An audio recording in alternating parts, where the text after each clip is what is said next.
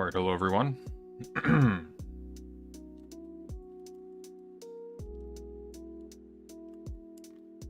Guess we're a little bit early. Quite a bit early, actually, by the look of it. I should have checked the clock first before starting.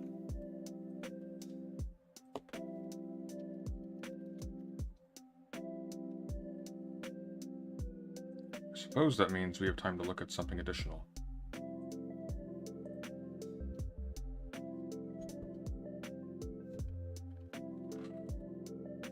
Just want to turn that and that. There we go. That's better. Sorry about your ears there, guys. This thing is the absolute best.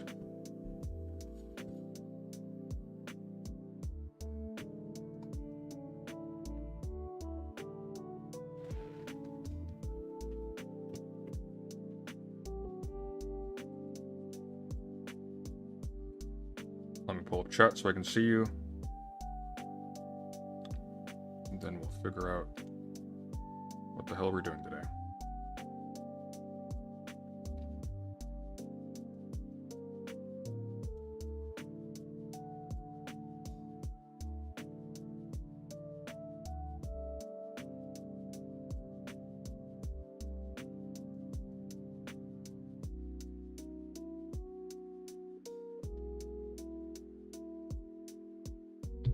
Love if ever I did a video on philosophy and video games. I'll have to soon. I'm going to be doing some videos on Nier Automata at some point in the near future.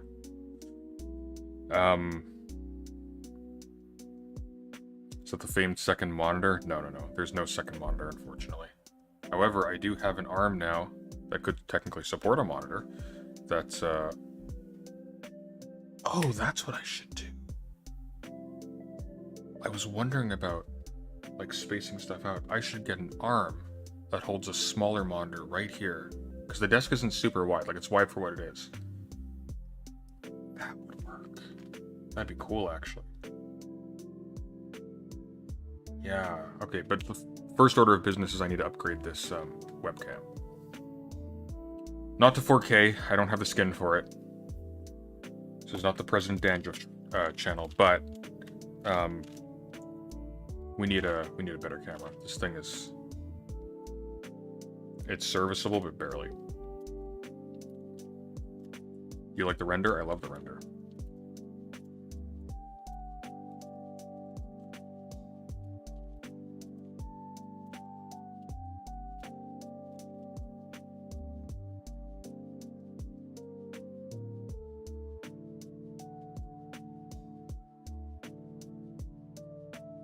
There was a second monitor on the grassy knoll.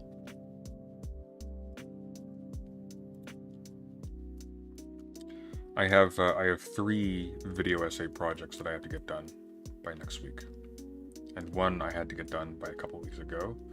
But I'm actually happy with the angle I've gotten for it now, so it's gonna come out faster. The first one is, I've been talking about it forever, but State and Truth. I've been rereading a couple of things, in particular these, and I have a position that satisfies me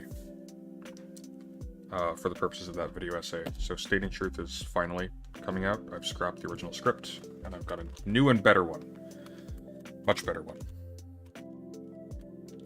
And then I need to make a video essay, very short, basically compiling our stance on progressive hegemony in academia, squeezing out professors, causing a chilling effect on free speech and the like, etc. That's not going to take long. That's going to be easy enough. I could even just do that one live. I'll just have it scripted out in points. We'll see. I'm not sure what I'm going to do with that one. Then the last one is I want to condense the argument in the nationalism video to about 5 minutes, so I can do a brief corrective to Vosh. Because he got some stuff right, but he got a lot of it right for the wrong reasons, and he got a lot of stuff really wrong. And I'm sympathetic to the reasons he got it wrong, but he got it wrong. And He talks to a lot of people, so I'd like to make that a little better. Do a video on the philosophy of Fall Guys.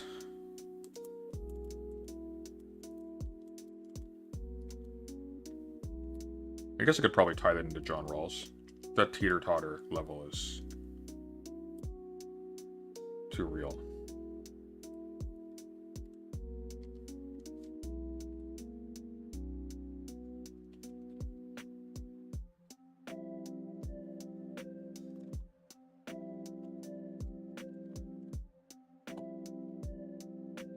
Alright, let's see what we got here.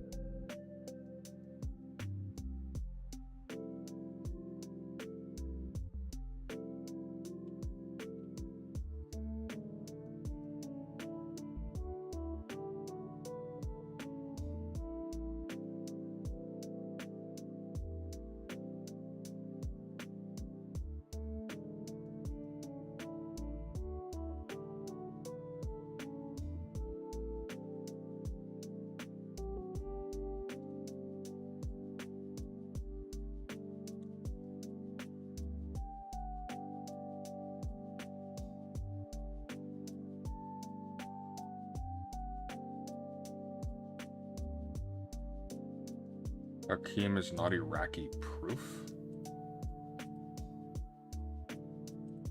What the hell?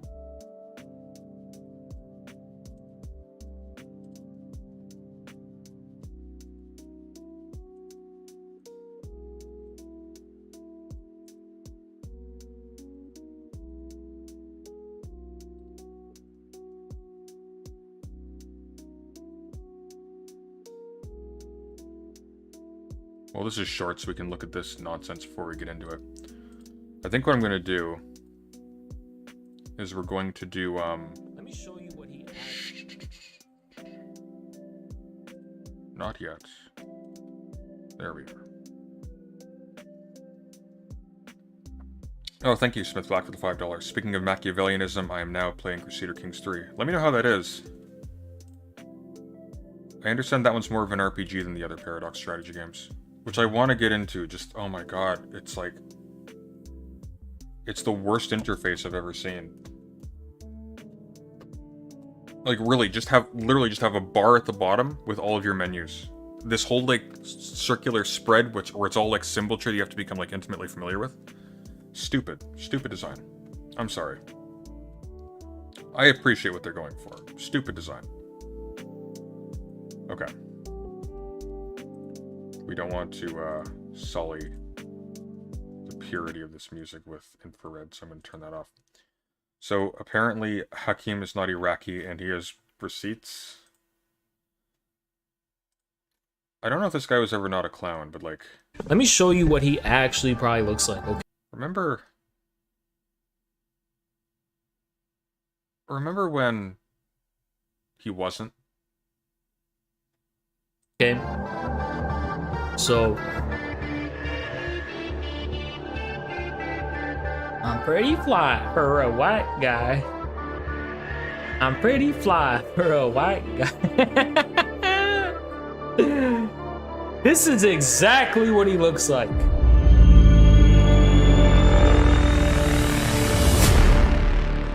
Hello. So Hakim, I exposed him. He's a white boy from Wyoming.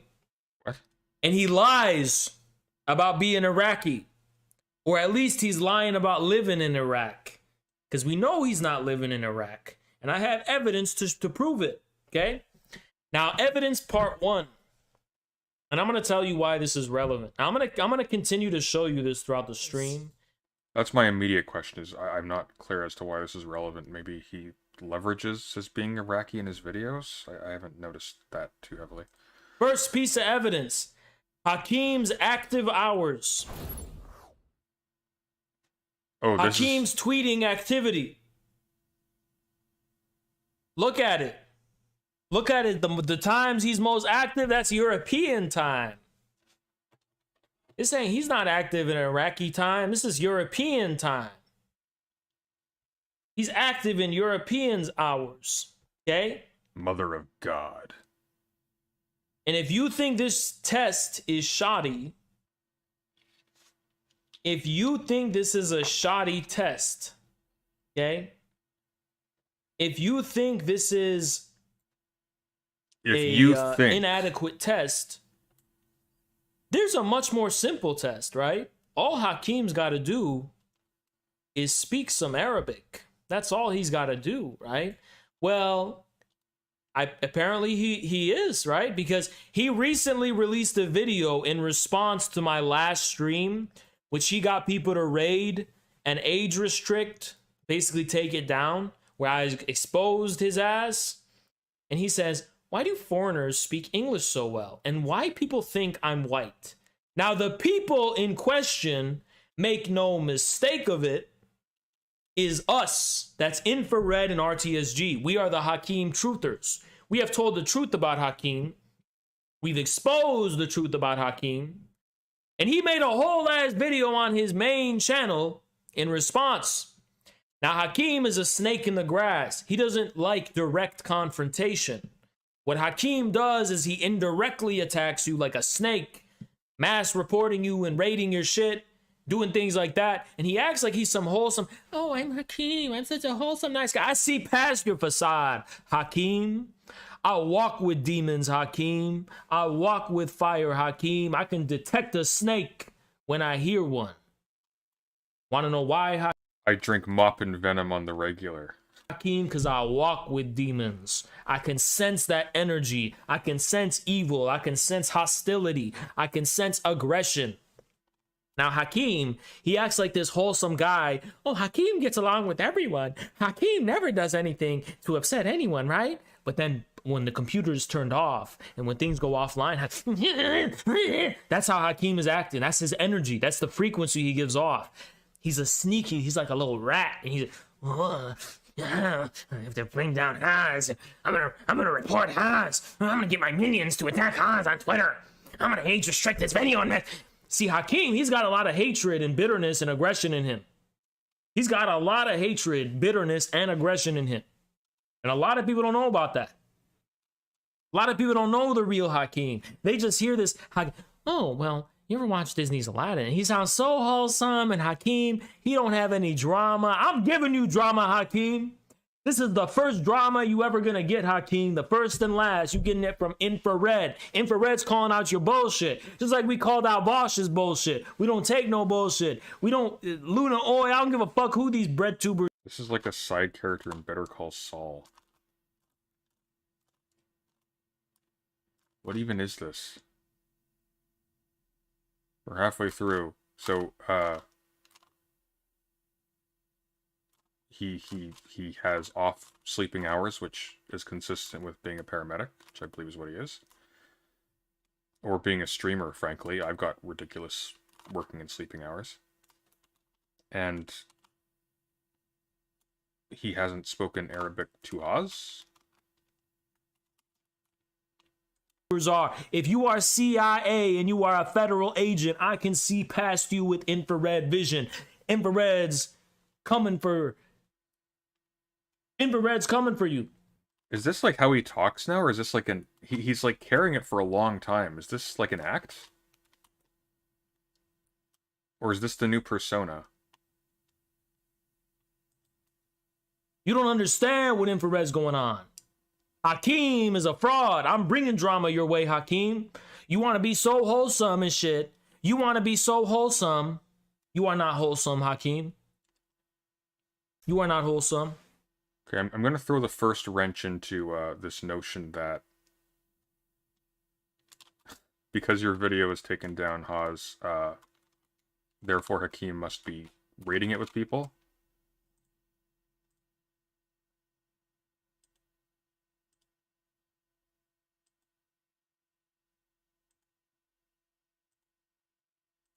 Boom, look at that. I have no idea what the hell's going on. I just don't like your face. Infrared sees past all that with infrared vision. You damn Khrushchevite revisionist, social democrat Hakeem. Talking about Disney? Who gives a shit about Disney? Why does an Iraqi give a fuck about Aladdin's correct representation? Aladdin's an American movie. What, it's America's job to represent the world? Why don't you make your own damn movies? Of course our movies are going to be based on Americans' ignorance and prejudice. We don't live in Iraq. That's not supposed to. You probably were calling for the Iraq war or some shit. Iraq is not America's turf. Why would an Iraqi seek validation from America? Oh, I want to be represented by America's fucking movies. Why? America's fucking Hollywood movies, which is owned by the damn Pentagon? You want to be correctly? You want to just, I want the Americans to represent me correctly. No, make your own damn movies. That's what a true patriot would do. A true Iraqi patriot wouldn't care about no Mickey Mouse. A true Iraqi patriot is making Farfour spin-offs. A true Iraqi patriot is making Farfour. It's like a Muppets thing. I don't really know what to say, to be honest.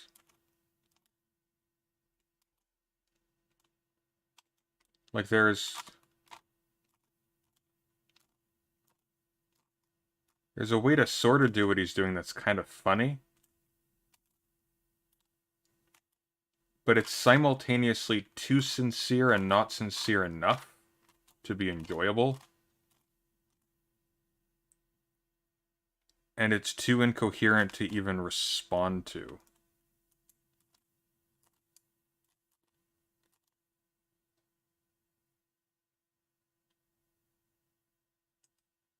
Yo, Farfour! You don't have that Mickey Mouse Disney shit. You got Farfour. Y'all already got some of your own shit. You should expand that. You should expand upon that. Make a whole franchise. Make your own Aladdin. Make it yourself.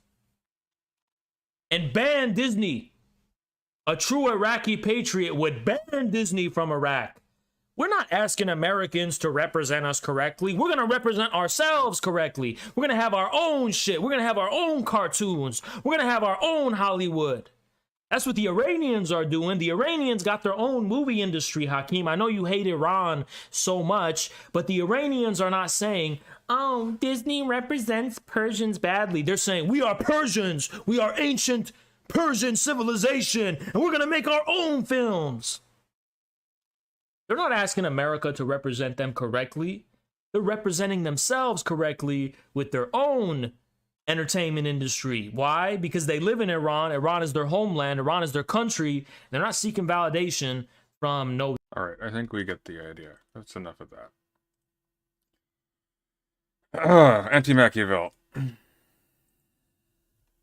So we're looking at yeah, it's close enough. It's close enough to 415. We can work with this. So we left off at the mixed regime.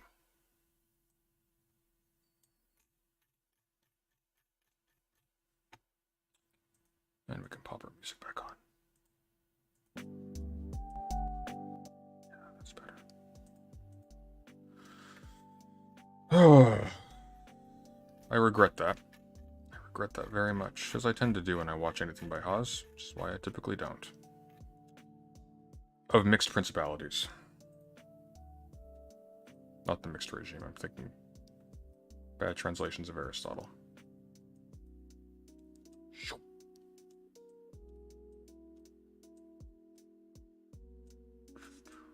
There we go.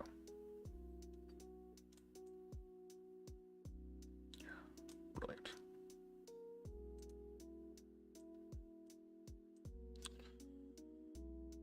Okay.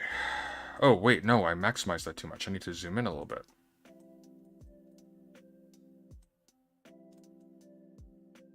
Have I ever mentioned that I hate OBS? The burning passion.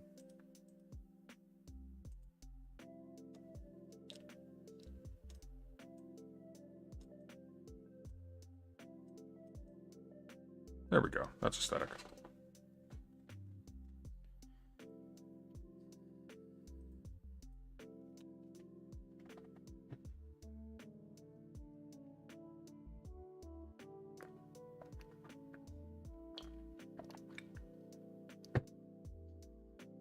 American exceptionalist leftism is really something. It's embarrassing. Did anybody see the convention they had recently? They had the Soviet national anthem, not even in English, transition into the American national anthem, with a bunch of photographs just loose on the floor behind them. It was, I mean, we've got like 5 minutes before 4:15 we're supposed to start. Do we want to look at that quickly?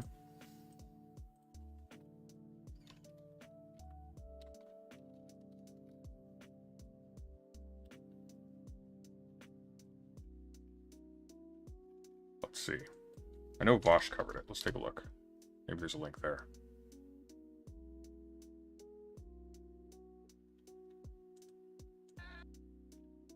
Is there a link to this thing?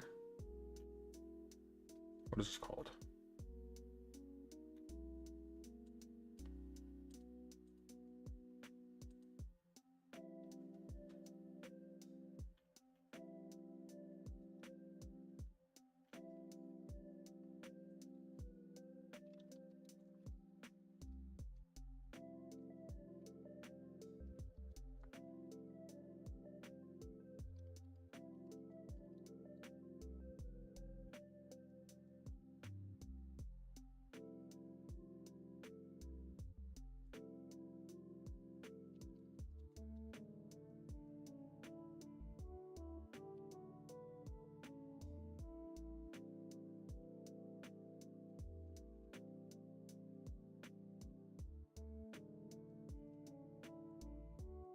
Ah, where is this thing? Doesn't even show the video he's playing. That's annoying.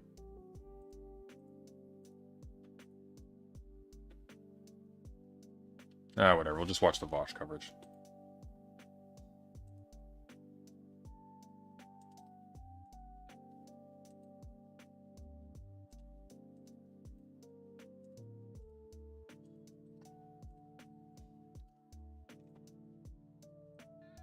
I'm not hunting for it.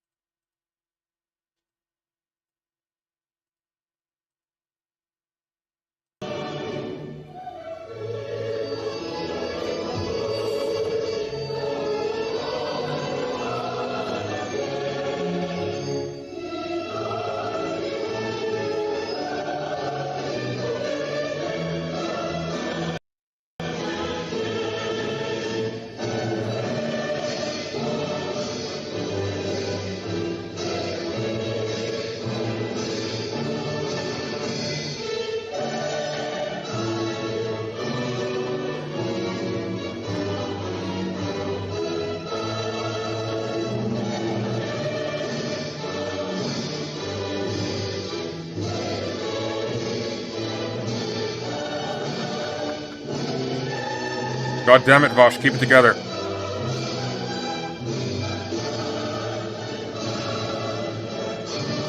You saw it here. Cut the song down a bit. Or maybe I'm the better patriot. I had them march up. Okay, we're gonna... This is great. This is the longest he's ever held hands with a lady.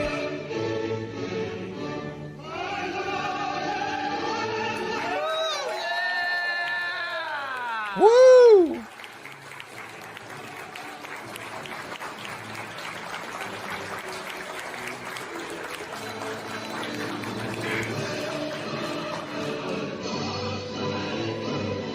This is like an alternate reality where Stalin is just like a public school elementary student with delusions of grandeur, and this is like a school pageant. Which, as those go, you know, I've seen worse. Still kind of mid.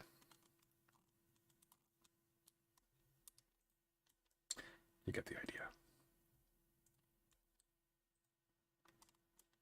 Alright. Back to the land of semi-sanity. Mixed Principalities.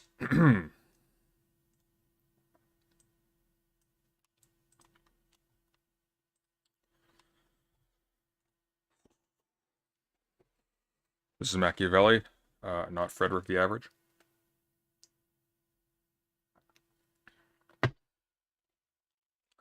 But it is in the new principality that difficulties arise. In the first place, if it is not completely new, but is like an added appendage, so that the two parts added together may be called mixed, or the two parts together may be called mixed, rather, its difficulties derive first from one natural problem inherent in all new principalities, that men gladly change their ruler, thinking to better themselves.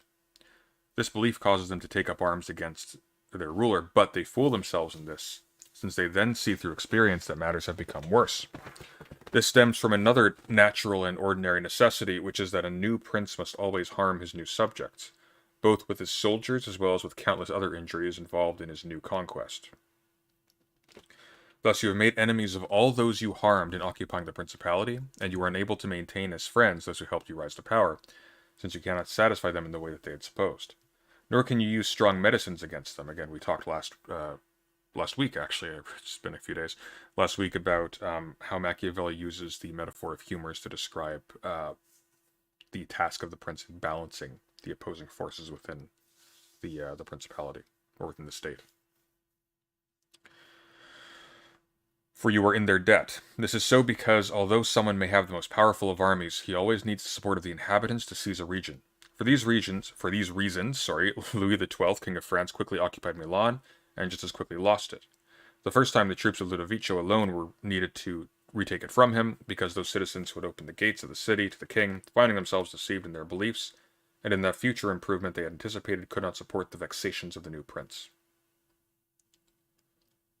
It is indeed true that when lands that have rebelled once are taken a second time, it is more difficult to lose them, for the ruler, taking advantage of the rebellion, is less reticent about punishing offenders, ferreting out suspects, and shoring up weak positions. And so, if only a Duke Ludovico creating a border disturbance sufficed for France to lose Milan the first time, the whole world had to oppose her and destroy her armies or chase them from Italy to cause her to lose it the second time. This occurred for the reasons mentioned above. Nevertheless, it was taken from her both the first and the second time. The general explanations for the first loss have been discussed. Now it remains to specify those for the second, and to see what remedies the King of France had, and those that someone in the same situation could have, so as to be able to maintain a stronger grip on his conquest than France did. I say therefore that those dominions, upon being conquered and added to the long-established state of the one who acquires them, are either of the same region and language, or they are not. When they are, it is easier to hold them, especially when they are unaccustomed to freedom. To possess them securely, it is sufficient only to have wiped out the family line of the prince who ruled them, because so far as other things are concerned, men live peacefully as long as their old way of life is maintained and there is no change in customs.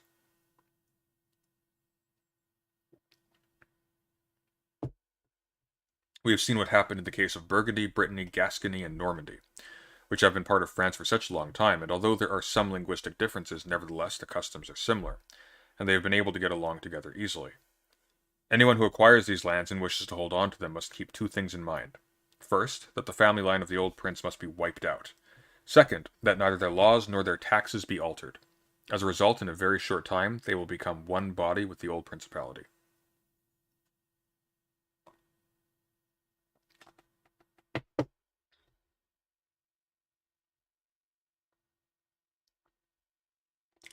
But when dominions are acquired in a region that is not similar in language, customs, and institutions, it is here that difficulties arise, and it is here that one needs much good luck and much diligence to hold on to them. One of the best and most efficacious remedies would be for the person who has taken possession of them to go there to live. This would make that possession more secure and durable, as happened with the Turk in Greece. For despite all the other methods he employed to retain that dominion, if he had not gone to live there, it would have been impossible for him to hold on to it. By being on the spot, troubles are seen at their birth and can be quickly remedied. Not being there, they are heard about after they have grown up, and there is no longer any remedy.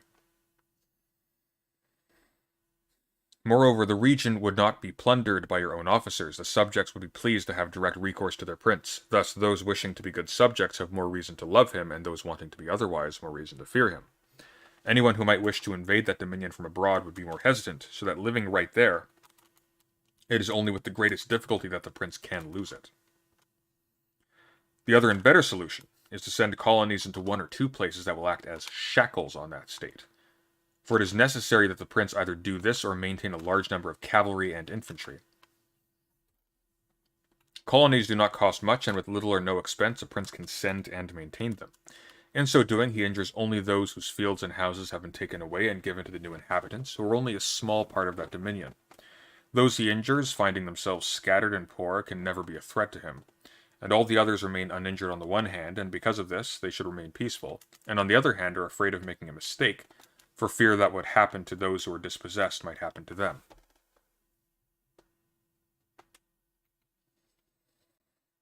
I conclude that these colonies are not expensive, they are more loyal, they are less injurious, and the offended can do no harm, since they are poor and scattered, as I have said. Concerning this, it should be noted that men must be either caressed or wiped out, because they will avenge minor injuries, but cannot do so for grave ones. Any harm done to a man must be of the kind that removes any fear of revenge.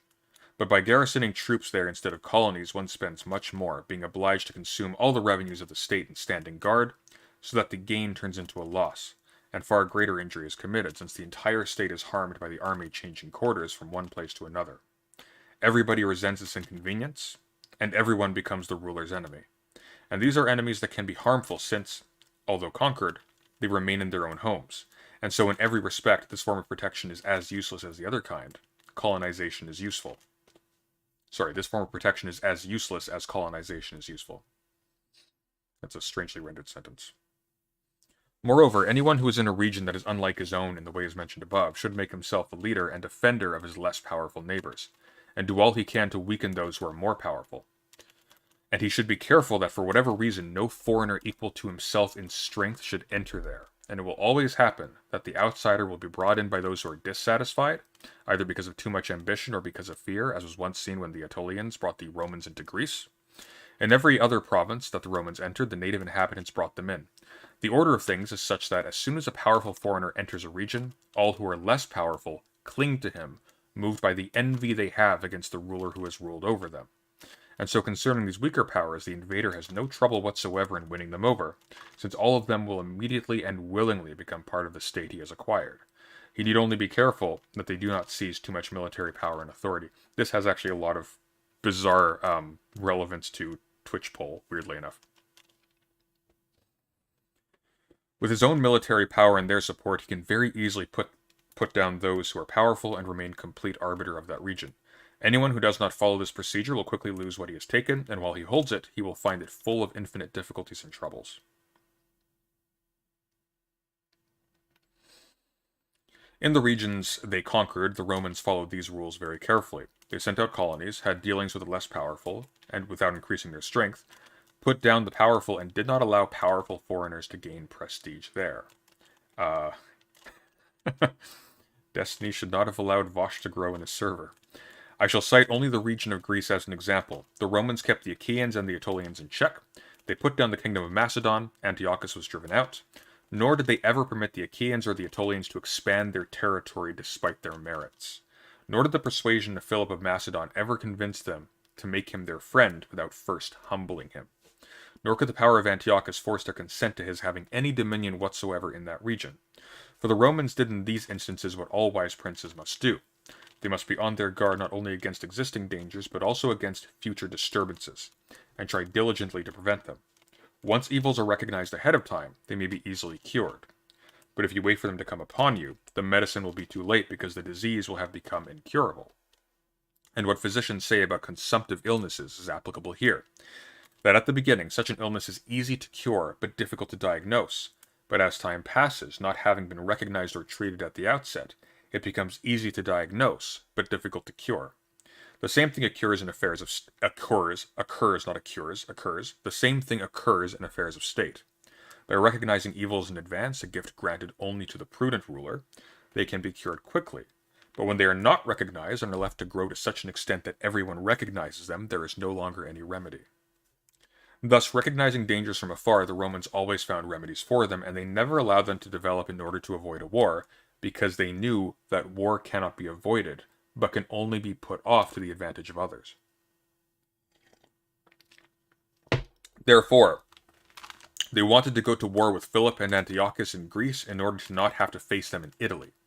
And at the time they could have avoided both the one and the other, but they did not want to do so. Nor did they ever approve of what is always on the lips of our wise men today, to reap the benefits of time. Instead, they reaped the benefits of their virtue and prudence. For time brings with it all things, and it can bring with it the good as well as the evil, and the evil as well as the good. But let us return to France and observe whether she did any of the things we have just mentioned. I shall speak of Louis and not of Charles, and therefore about the one whose progress has been observed better because he held territory in Italy for a longer period. You will see that he did the contrary of those things that must be done in order to hold one's dominion in a region with heterogeneous customs, languages, and institutions. King Louis was brought into Italy because of the ambition of the Venetians, who wanted by his coming to gain for themselves half of Lombardy. I have no wish to criticize the decision the king made, wishing to establish a first foothold in Italy and not having any friends in the region, and furthermore having all the gates closed to him because of the actions of King Charles. He was forced to strike up whatever alliances he could. This laudable decision would have succeeded if he had not erred in his other moves. After having taken Lombardy, then, the king immediately regained the reputation that Charles had lost him. Genoa surrendered.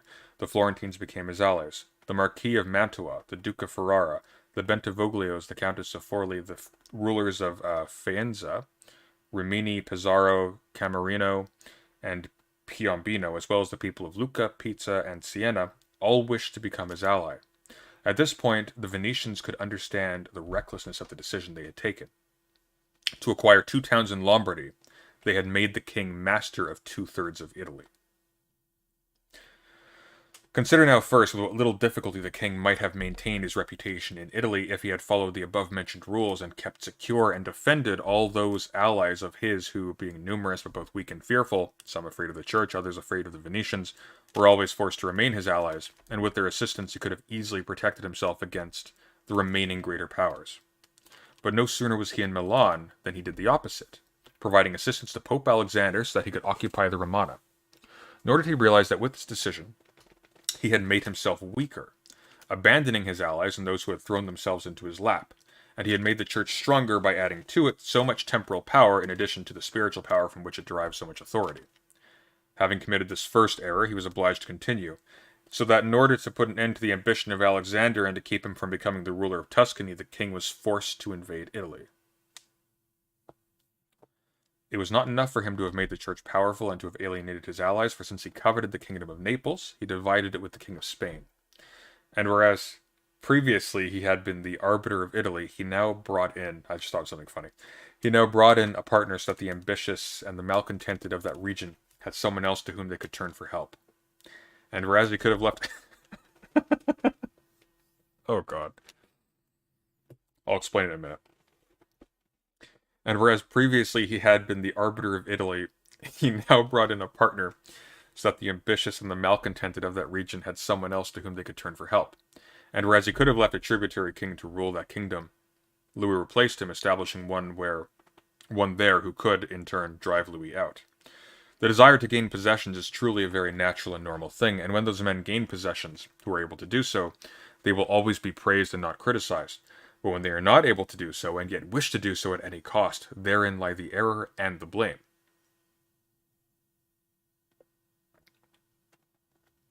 Therefore, if France could have attacked Naples with her own troops, she should have done so. If she could not, she should not have shared it. And if the sharing of Lombardy with the Venetians deserves to be excused, since it allowed Louis to gain a foothold in Italy, this other sharing deserves to be criticized, since it cannot be excused by necessity. Thus Louis committed these 5 errors. He wiped out the less powerful rulers. He increased the power of an already powerful ruler in Italy. He brought into that region an extremely powerful foreigner. He did not go there to live, and he did not set up colonies there. In spite of all this, these errors, had he lived, might not have injured him if he had not made a 6th, that of reducing the dominion of the Venetians.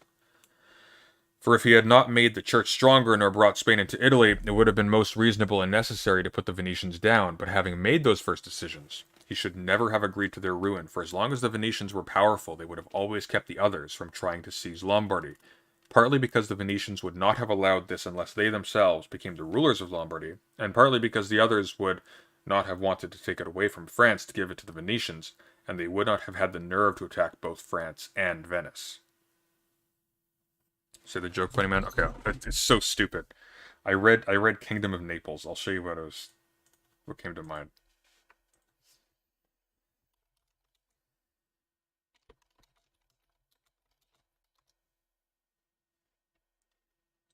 Oh god, this is so stupid.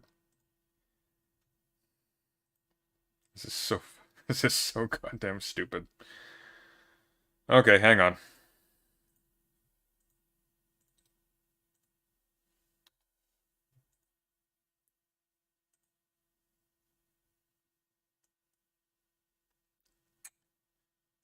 Oh man.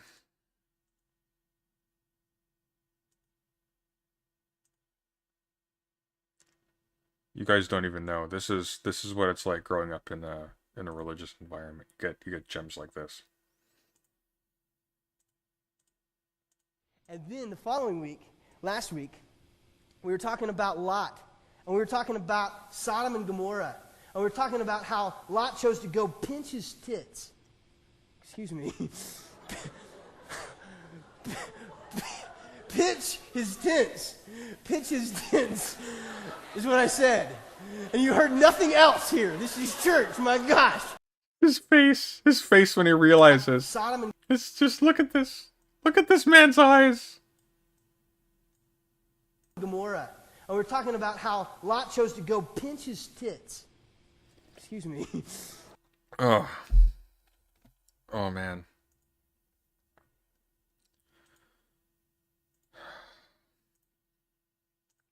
Anyways.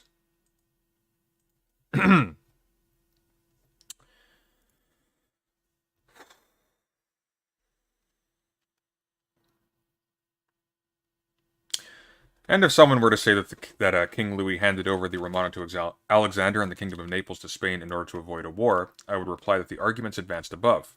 I would reply with the arguments advanced above. That one should never allow disorder to persist in order to avoid going to war, because one does not avoid a war, but instead defers it to your disadvantage. And if some others were to bring forward as evidence the promise that the king made the Pope to undertake that enterprise in return for the annulment of his marriage and the cardinal's hat for the Archbishop of Rouen? Rennes? Rouen? I don't know how to pronounce that. I'm going to say Rennes. I would reply with what I shall say later about the promises of princes and how they should be observed.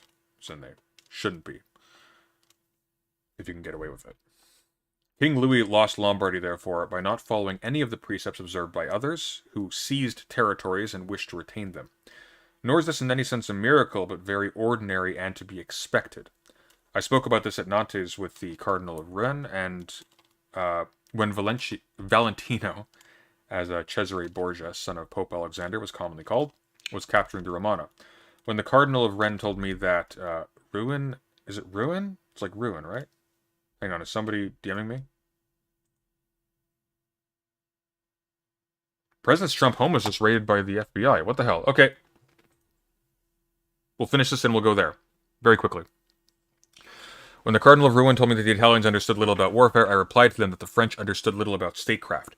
For if they had some understanding, they would not have permitted the Church to gain so much power. Experience has shown that the power of both the Church and of Spain and Italy has been caused by France, and that her downfall has been brought about by the Church and by Spain. From this one can derive a general rule, which rarely, if ever, fails, that if anyone who is the cause of another becoming powerful comes to ruin himself, because that power has been brought about by him either through cunning or by force, and both of these two qualities are suspect to the one who has become powerful. Okay, we're gonna pause on this because shit's going down.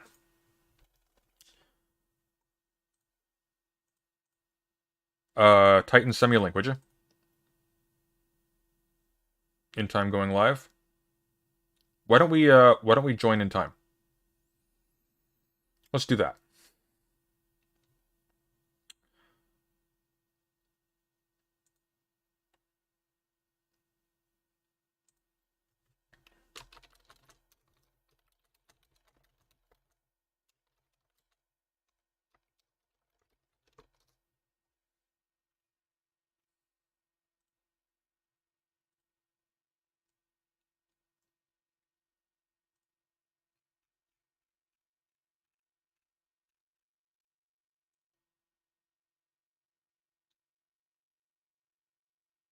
Okay, I guess I'll just cover in time. They seem to be fine with that generally.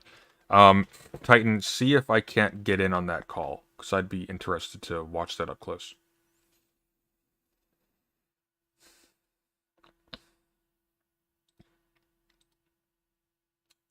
Thank you muchly. They're live in 9 minutes. They're not even live yet. Okay, I'm gonna beat them to it. Someone give me a link. FBI raids Mar-a-Lago.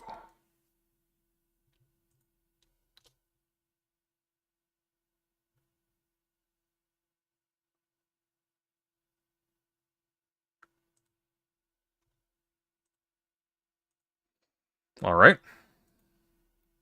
Well, we can know about this first, I suppose. Oh, Frabchiste, Kalu Calais. Trump says FBI raiding his Mar-a-Lago home. This is updated 2 minutes ago. The FBI is raiding Mar-a-Lago, former President Donald Trump's resort home in Palm Beach, Florida, Trump said. In a lengthy statement, Trump said his residence is currently under siege, raided and occupied by a large group of FBI agents. It's not under siege unless you're resisting them, my friend. The FBI is raiding Mar-a-Lago. Okay, that's the same thing. These are dark times for our nation, as my beautiful home, Mar-a-Lago in Palm Beach, Florida, is currently under siege, raided and occupied by a large group of FBI agents. Nothing of this has ever happened to a president of the United States before.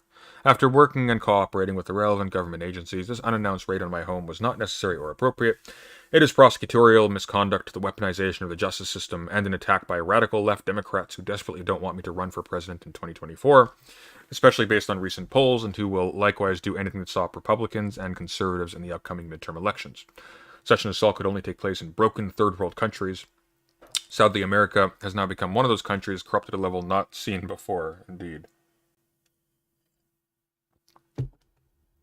They even broke into my safe. What is the difference between this and Watergate, where operatives broke into the Democrat National Committee? The difference is that they discovered your misdeeds through legal means in advance. Here in reverse, Democrats broke into the home of the 45th President of the United States. The political persecution of Donald J. Trump has been going on for years with the now fully debunked Russia scam, impeachment hoax number 1, impeachment hoax number 2, and so much more. It just never ends. It is political targeting at the highest level. Hillary Clinton was allowed to delete and acid wash 33,000 emails after they were subpoenaed by Congress. Absolutely nothing has happened to hold her accountable. She even took antique furniture and other items from the White House. But she didn't encourage a crowd to break into the Capitol building to potentially kill sitting congressmen. I stood up to America's bureaucratic corruption. I restored power to the people and truly delivered for our country like we've never seen before, and got several of them killed to no avail in an attempt to subvert the democracy, but, quibbling. The establishment hated it. Now as they watch my endorsed candidates win big victories and see my dominance in all polls, they are trying to stop me and the Republican Party once more. The lawlessness, political persecution, and witch hunt must be exposed and stopped. I will continue to fight for the great American people. The FBI did not respond immediately to CNBC's request for comment on Trump's statement. He wasn't at Mar-a-Lago at the time of the raid. The raid represents a serious escalation of federal law enforcement focus on Trump after months of criticism by a number of liberals that Attorney General Merrick Garland was failing to pursue investigations of the former president. There are multiple active probes at the state and federal level related to Trump, his business, and his family. The DOJ reportedly is investigating events leading to the January 6, 2021 riot, when a mob of Trump supporters, here we know what that is. A federal grand jury has also reportedly been impaneled in a probe into 15 boxes of White House records, some of which was marked as classified, that were sent to Mar-a-Lago instead of the National Archives.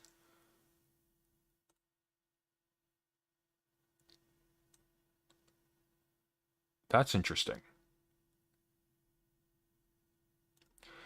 If your home is searched by the FBI, you're in big trouble, former federal prosecutor Renato Mariotto said Monday evening on CNBC's The News with Shepard Smith. The raid came hours... Thank you for that non-statement. The raid came hours after Politico reported that Attorney John Rowley, a former federal prosecutor, is now representing Trump in talks with the Department of Justice about executive privilege issues related to the department's investigations of the January 6th Capitol riot. Alright. Fuck, I was hoping I could do a short stream today, but looks like shit's going down. Well, I guess we are In Time's going to be on in 4 minutes. I'll tell you what. I'm going to need some coffee. We'll watch In Time for a little bit, and then we'll continue with Anti-Machiavel, because we have the other half of this to look at. Frederick the Great's response, which is probably going to be bad. Frederick the Great actually has a very tragic history. I feel a little bit bad about dissing him that way. He's also not a great person in his own right, but look up, what's his name? I keep forgetting his name. There was a military person who supposedly was potentially his boyfriend at a younger time, who his father had executed in front of him, and it scarred him for life. It's awful. Anyways.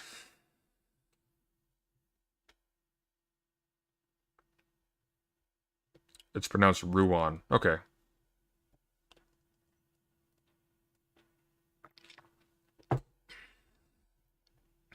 Thank you, Robin. Yeah, I'll grab coffee. We'll watch In Time. We'll see if they have any more news on it. And we'll return. Be right back.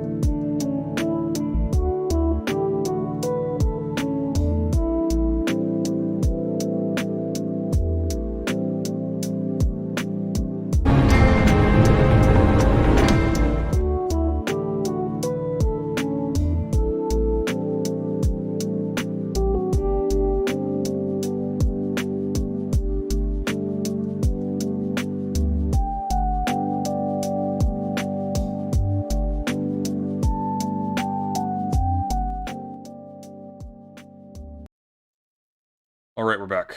Okay, let's figure out how we're doing this.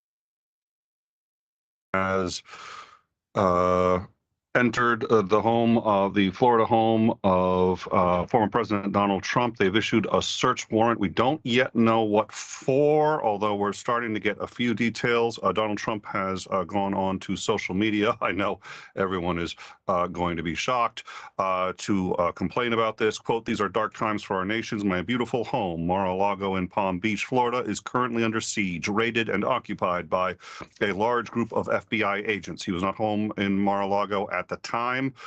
They came in apparently earlier this morning. We believe they are still there. They have apparently broken into his safe. We again don't know what this was issued for. So we have let Isandering know, and we are expecting him presently. We also have President Sunday joining us. President Sunday, how are you? I'm fantastic. I'm sorry I can't seem to be visible here without also turning it off on my stream, and I'm streaming as well. So we'll have to do with just my beautiful voice for today. We can do that. We can do that. So what are your thoughts? I'm a little bit interested. So I read the article you just did minutes before coming on. What do we know about these documents? A federal grand jury. Yeah. Go on, please. Oh no, please. The federal grand jury. Yeah. So we at this point, it looks like it may be pertaining to. So what he had done was when he left the White House, he took a whole bunch of documents with him, and he kept them in. And I'm not kidding. Those plastic, you can get them at like the Container Store or whatever. They're these plastic transparent containers, and he put classified documents in that. We know it included in part a whole series of newspapers. Any newspaper that mentioned him on the cover, he brought all that back from the White House, but also a whole bunch of records. Some of them we do know were classified, top secret. He brought them back and kept them at Mar-a-Lago without telling anyone. Now, the FBI or the Justice Department, I think it was, went in and retrieved them, but at the time, you know, he didn't get in any trouble per se, although he was in violation of several records acts. This appears to be pertaining to that. Let's see, it was. And I guess he may still be in possession of at least 15 boxes of material, is what I'm reading. So are they speculating that he hid them from the initial retrieval, or? No, actually, it appears he hasn't returned some, but it doesn't appear as if he's trying to hide them. It just appears as if he considers it his personal property and he's entitled to it. So that appears to be where we're at. They even broke into my safe. He says the difference between this and Watergate, where what is the difference between this and Watergate, where the operatives broke into the Democratic National Committee? Oh dear Lord. So yeah, I mean, I think when this first broke, we were sitting there trying to figure out what this was going to be about. There are so many things that the FBI could be banging on his door for. I still think he's going to get in trouble for the Deutsche Bank business. I think he's going to get in trouble for money laundering, but not if the Southern District of New York refuses to prosecute, which so far they haven't, leading two of their prosecutors to resign, saying there was more than enough to indict, and for whatever reason they're not indicting. My hope is that this indicates some form of blood in the water, and people who have been reluctant to go after him, realize that at least it can be done. But if it's just these boxes, which it appears like it may be, I don't know. But why a raid then? That's what's kind of confusing about that. Because the initial retrieval, that wasn't an FBI raid, was it? That was just No, it was if I recall, it was DOJ and some DOJ and Library of Congress, which I think keeps keeps all of the records after an administration. I am profoundly out of my depth here, so I'm gonna leave you to it after this. But I have the wildest comment in my chat right now. Please. Jay Spoon says it would be wild if the warrant was a direct result of Alex Jones's text records. It would be fast though. It would. I mean, they got his text records this morning. Yeah. So it's this morning that they got his text records. That would be awesome. But and I'm very curious to know what's in those records, obviously, and most of them are matter of public record now. So I think we're going to find out pretty quick. But yeah, I don't know. I mean, listen, I've been saying something for a while, and I've been wrong for a while, which is, well, I think this is going to break the camel's back. I think this is it, and the floodgates are going to open. And I've probably said that 5 times in the last year and a half, and here's where we are. So I think this is it. I think the floodgates are going to open. What are your thoughts? I think it's a hell of a camel. So we'll see. I don't know. I have no idea. Oh, come on, I can't get you. You're here. I can't get you to wildly speculate and just guess. Oh my God. Okay. Here's what I think is going to happen. Okay. I think there's going to be some really milquetoast thing that comes out of this in order to sort of justify it going forward. I think there's going to be. I think the most scandalous thing about this, that probably I'm guessing, is going to be the fact of the raid by itself. Until we have the reasons for it, I can't imagine anything other than, again, like if they're going into a safe, which in itself is interesting, other than the retrieval of those documents. I have no idea. I have no idea. Even if it was like a retrieval of documents that they reported missing, like that seems like a strange response, because it seems like that would be precipitated by like an additional DOJ request, like, hey, you didn't give us these documents. We want these back. Well, depending on what they are. I mean, it's interesting. We're going to try to get a hold of a lawyer here. We have a couple who are usually on standby. The practically speaking, I mean, first of all, as you can't, when you issue a warrant, the warrant has to be for specific things, and they can find anything else there, and unless it's included in the warrant, they can't use it. So when they go in, they have to realize that they're potentially making other investigations more difficult, because now he's tipped off that they are willing to come in, and the FBI is keyed in on, and essentially all of these investigations. The DOJ has said that they have felt kind of left out of the loop with the January 6th committee, but the January 6th committee has been making all of these records available to them, or at least all the ones from those hearings, and ostensibly will be making more. So the DOJ may be moving on this. And so I have to believe they wouldn't be pulling the trigger on this. I have to believe, I've been wrong about this before, but I have to believe that they wouldn't pull the trigger on this unless they were ready to start pulling the trigger on something more than just these records. They've got him dead to rights on the records, but I don't. Is there a chance? Is there a chance that like they might be gambling on? I'm wildly speculating here because again I'm totally out of my depth. They might be gambling on something maybe not directly related to this, but sort of the Epstein variety. It's entirely possible. So we've got 2 now. We've got so what they're saying is those boxes contained classified. Okay, so they appear to be focused on. So what we have here is that they quote appear to be focused, but it's not a confirmation that that's what they're focused on, and it may be that they're also including other things. And a confirmation that, quote, this is not a raid, it's a search warrant. A search warrant isn't a raid, and I suppose that's probably fair and worth noting. But okay, so it's not a raid. That's how Trump's characterized it. Listen, I kind of would characterize it as a raid because the FBI suddenly showed up, knocked on his door, and they're breaking into his safe. I'm not Right. sure what tech. I'll be honest. I don't know what the FBI calls a raid. I assume perhaps a raid would be a warrantless search based on probable cause. Maybe.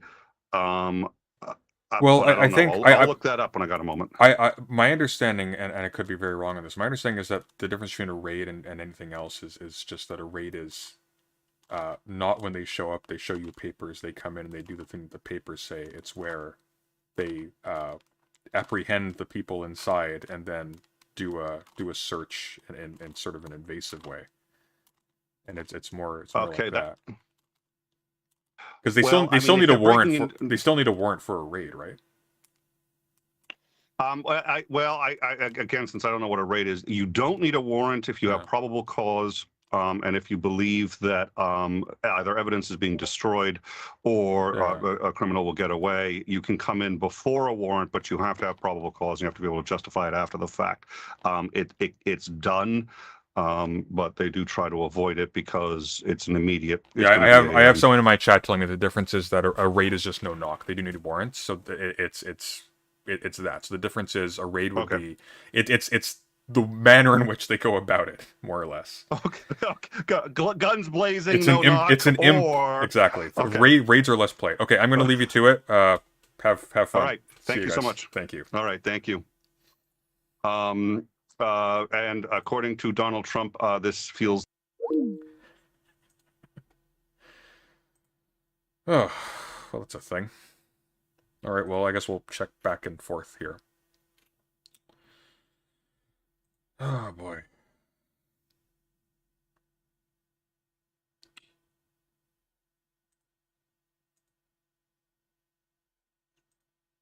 Anti-Machiavel. God, that was a surprise.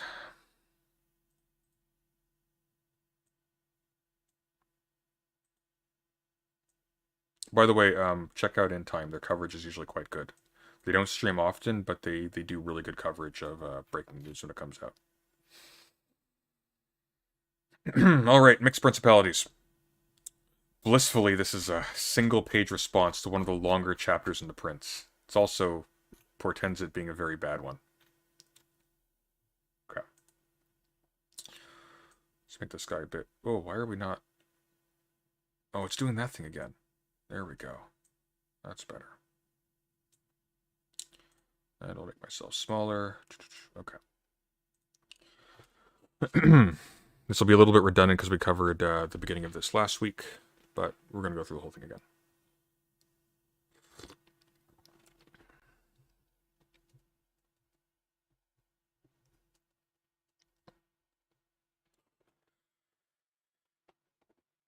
You might want to read chapter 3 of The Prince first. The 15th century where Machiavel lived was one where cruelty was normal. Then the disastrous glory of the conquerends was preferred, and these striking actions which by their size impose a certain respect. Now gentleness and fairness win respect, and is considered good statecraft. I see that people prefer a humane ruler to one with the qualities of a conqueror, both bad and good.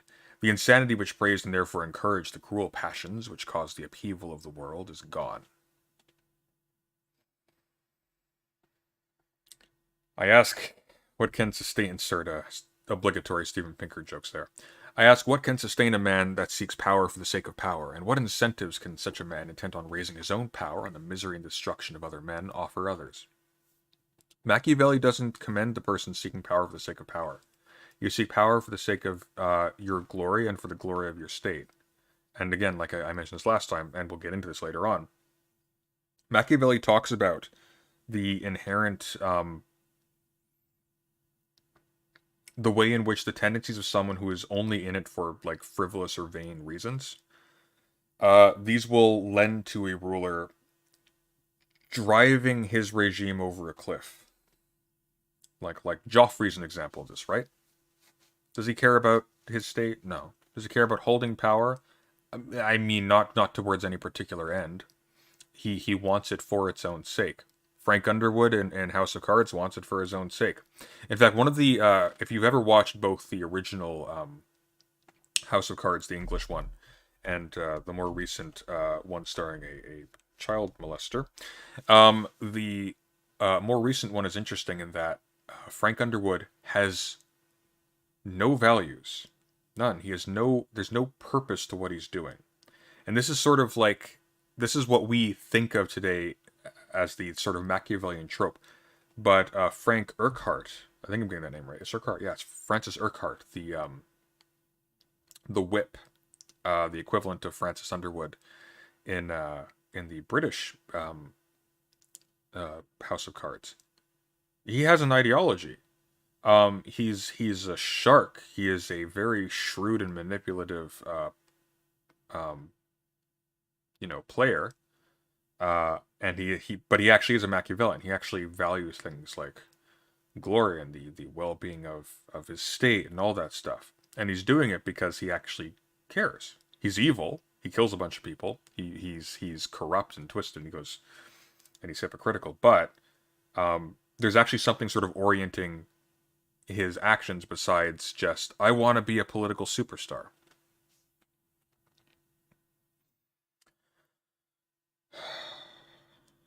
It's a less aesthetically pleasing show, but it's actually kind of smarter. The new House of Cards is good for the first 2 seasons, and then you realize how vacuous it is once he's in power, and it's just stupid. Season 3 onwards, garbage. Even, frankly, the end of Season 2 is kind of weak.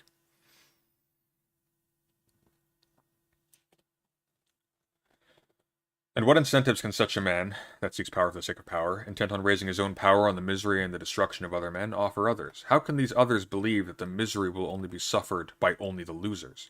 The new conquests of a sovereign do not make the states which she has already more opulent or rich.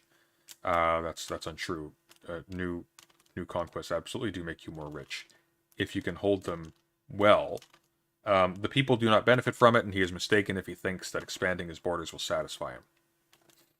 How many princes at the urging of their generals conquer provinces which they never see? These conquests, well, not the ones who go to live in the conquered lands, right? As he talks about the Turk and Greece. These conquests are in some way imaginary. They have only little reality for the princes who made them. Why create so many unhappy people to satisfy what amounts to the imagination of only one man, who often does not deserve to be put in the history books anyway? I mean, who deserves to be put in the history books? But let us suppose that this conqueror subjects... But let us suppose that this conqueror subjects everyone to his domination. Once he affects this well-subjected world, will he be able to control it? A very large prince he may be, but his rule may be on the way to, quote-unquote, very limited. Will he even be able to retain his new provinces, even in name? Expanding the size of his territory will not be useful in covering over his state's true smallness. It will only highlight it. It is not the size of the country which the prince controls that gives him glory. More miles of ground will not bring him fame. The contrary assumption is the philosophy of a surveyor, not a sovereign. This becomes very interesting when we start looking into how we translate this to the modern state. More on that later. The error of Machiavel and the glory of the conquerors could be a result of his time, but his spite makes this explanation incomplete. There is nothing more dreadful than certain of the means that he proposes to preserve conquests. If you examine them carefully, there will be not one of them which is reasonable or right. It is enough, this malicious man tells us, to extinguish the line of the defeated prince. Can one read this without quivering with horror and indignation? I mean, I just did. It is to stomp on all that is saintly and regal in the world. It is to permit those who have the interest to take the path of all crimes. What if an ambitious usurper seized violently the states of a prince? Does this give him the right to assassinate, to poison, to murder wholesale? Does he need one? Is the unasked question here. But this same conqueror, acting as Machiavel recommends, introduces a precedent into the world which can lead only to ruin, or to the establishment of the line of Frederick the Great. Another more ambitious and more skillful than him will use it in retaliation, will invade his states, and will kill him and all of his own line, with the same kind of cruelty with which he killed his predecessors. And here's the crux of the matter. You don't get points for being the good guy if you lose. The Century of Machiavel provides all too many examples of it. This is, by the way, and we'll get into this too, Machiavelli does not say the ends justify the means. What Machiavelli says is that in the absence of any other measure, you look to the result.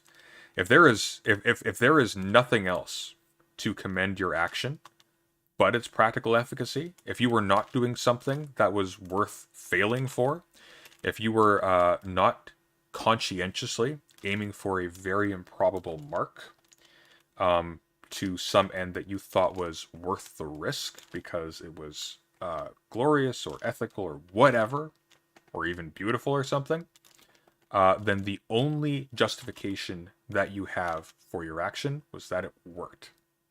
He does not say that the ends always justify the means. They don't always justify the means. And that's a very subjective judgment. The ends may justify the means to somebody, but not to you. They may be justifiable to you, but not to that other person. You can describe this in moral terms, but that doesn't mean that moral description therefore applies objectively. And that's the issue here. Is Frederick is operating in a world where there's a divine scorekeeper up top telling you, yeah, you won, but you got a yellow card, so 10 demerits. And you get your mansion in the afterlife. That's not the world Machiavelli's in. And crucially, Machiavelli's entirely aware of this. Yeah, other people can use this against you, and they can win. And they can even fail to use these against you, and they can win just because you were unlucky. He's actually very explicit about this. You can be unlucky. You can be like Francesco Sforza. You can be, or not Francesco. You can be like Cesare Borgia. You can be brilliant, and you can just be in an unwinnable situation. There is an unwinnable situation. The Machiavellian is not somebody who it's just like they're just a god. Spite in Machiavelli. Machiavelli has spite for the church. That is clear. So Machiavelli is spiteful. Don't get me wrong. But this isn't spite. I mean, well, this is spite. Anti-Machiavel is spite. But Machiavelli is not being spiteful there.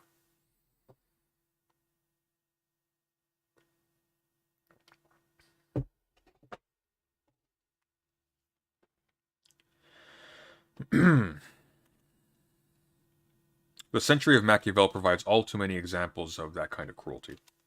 Does one not see the Pope Alexander VI deposited in a certain meadow for his crimes, his abominable bastard Cesare Borgia stripped of all that he had, invaded and dying miserably, Galeazzo Sforza assassinated in the sanctity of the Church of Milan, Ludovico Sforza the usurper dying in France in an iron cage, the princes of York being destroyed by the Lancasters in turn, the Greek emperors assassinating one after the other until only the beneficiary of their crimes were the Turks, who exterminated the low power of them all, Christ being crucified on the cross. You see the problem? Good guys die too.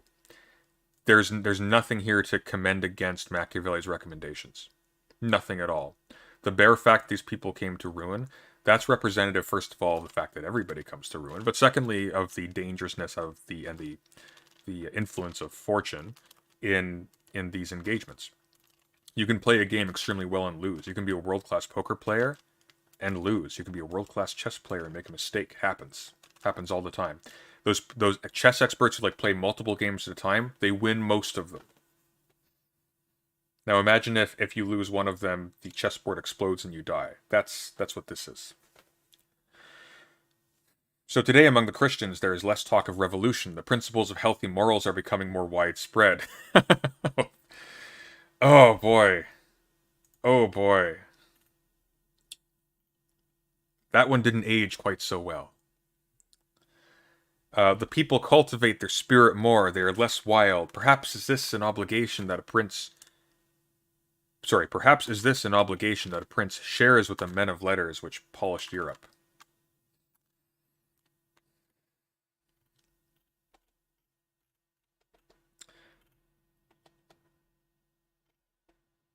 The second maxim of Machiavel is for the prince who acquires a new province to go and live there in person. This is not cruel and appears even rather good in some circumstances. It also directly replies to the above. There's one common thread I'm seeing here in this text, and it may be a failure of the translation. But Frederick does not follow through on his arguments. He abandons them and then addresses actual arguments that are in the text, but there isn't a synthesis of these things. when he talks about like conquests that they never see, well, no, Greece is a conquest that the Turks saw.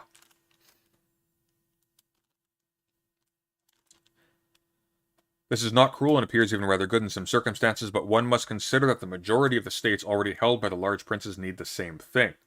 They cannot move and thus give up the center without the entire state feeling the effects. They are the prime movers in this body, thus they cannot leave the center without the ends languishing. That's not true.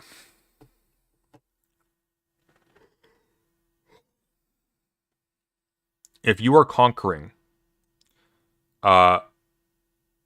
then goods from that conquered place are being sent back to the metropole.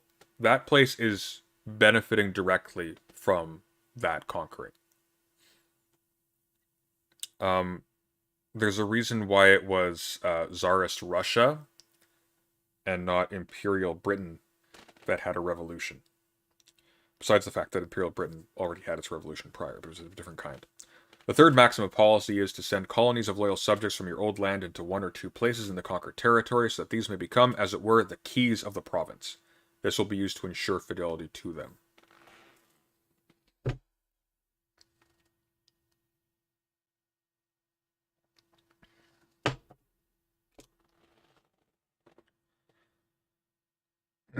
The author bases this on the practice of the Romans, but Machiavel does not say that the Romans could not substitute colonies for legions had not both been sent. They would have lost their conquest soon. He also does not mention any methods beyond these colonies and legions that Rome could have used diplomacy. The Romans, in the happy time of the Republic, were the wisest brigands who ever afflicted the ground.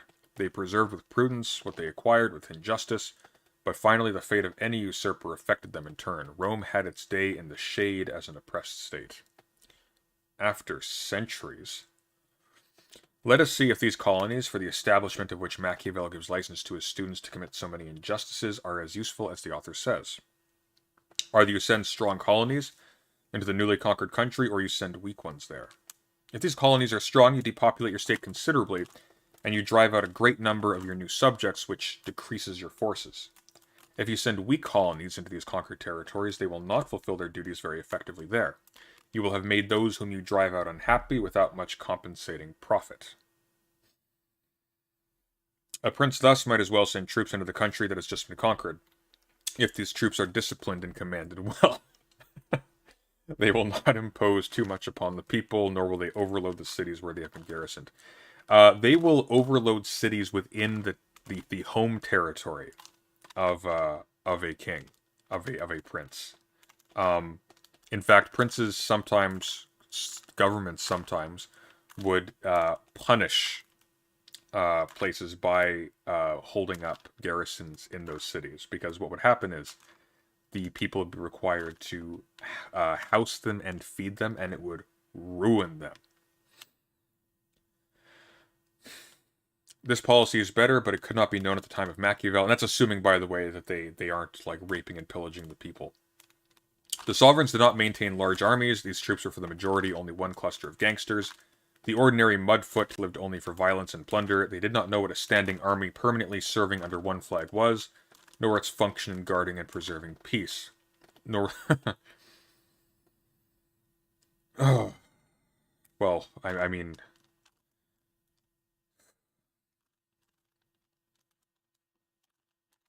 Prisoners at Abu Ghraib, I don't know what that is. Nor were the soldiers professionals. If you came from chapter 5, you can return there.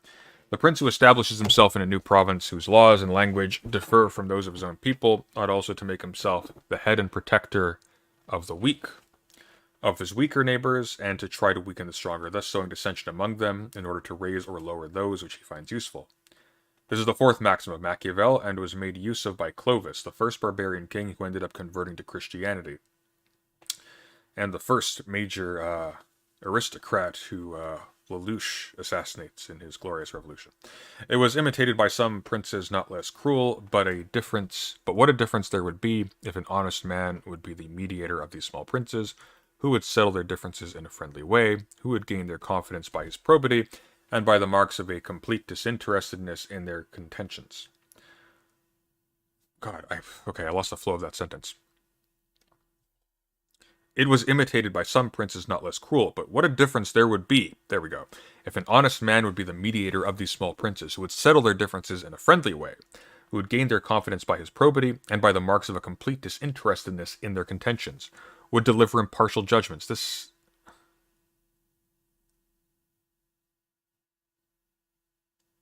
Oh, I see. And by the marks of a complete disinterestedness, deliver impartial judgments. Okay.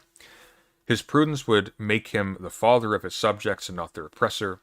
He would be their protector, not their destroyer.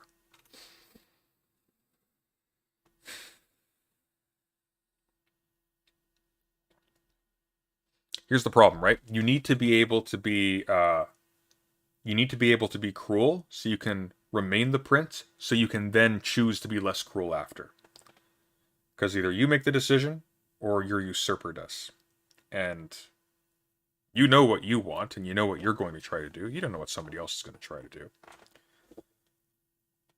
And we see baked into here as well, like, I mean, he doesn't extend, like, the basic observation he made earlier, that the naked sword keeps everybody else's swords drawn, right? Like, the militaries keep us all alert. Of the capacity to do harm is what keeps us all ready to do harm back, which prevents us from actually doing so. It's like basic, not mutually assured destruction discourse, but a similar idea. If you are not willing to be cruel, and somebody else is, then the person who is willing to be cruel takes your position using that advantage, and may then continue to be cruel because he doesn't see a particular reason to be kind or clement or merciful or loving towards his subjects or whatever. So if you actually care about your subjects, and that's the game you want to play, you will be cruel to hold on to the position to be kind to your subjects. Right?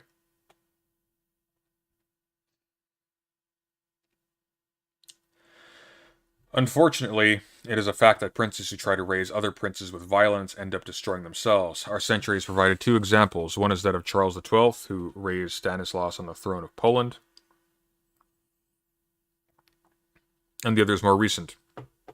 And a third one was coming too, DMR.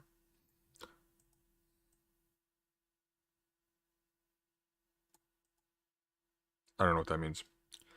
I conclude thus that those who use the methods of the usurper never deserve glory, that assassination is always detested by at least some people, that the prince who uses injustice and violence to rule their new subjects drains any potential loyalty to him on the part of these subjects. There is no gain, it is not possible to profit by the crime, and all those who would defend ethical quote-unquote usurpation argue more badly than Machiavel. To turn the art of reasoning against the good of humanity is to be wounded or die by the sword which is given to us only for self-defense. So the sword is not given to us only for self-defense, it is built and taken by us, and the best defense is a good offense. Alright, and the air is killing me, so I'm going to call it here for Machiavel, and we are going to finish Cat. After this short break, during which I will run ads. And by the way, before we continue, if you like what I do, make sure to like the video and subscribe to the channel if you are not already. And is there still a bell to hit? I don't know, but maybe you should look. And the Discord server is now open, so if you want to join a very interesting community of people, there's a link in the description. I'll be right back, and we will finish Shrey. Take care. For now, for the next 5 or so minutes. Or something.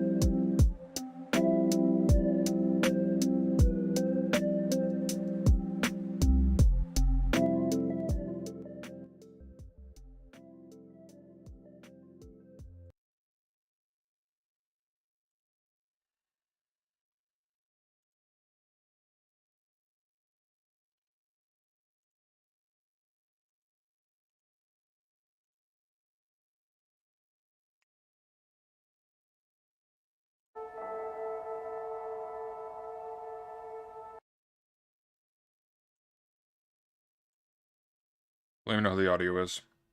Has a tendency to be very loud.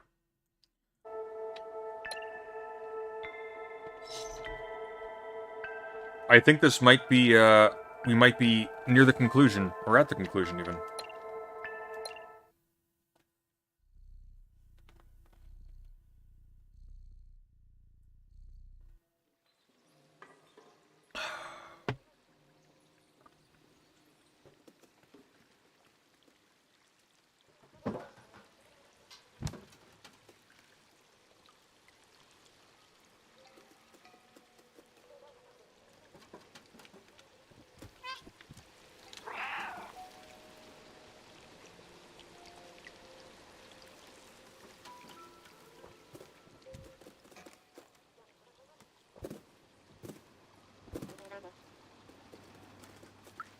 We need to find different colored flowers. So we got her a red one. I think we need a purple and a yellow one. Or something. Yes! Yes!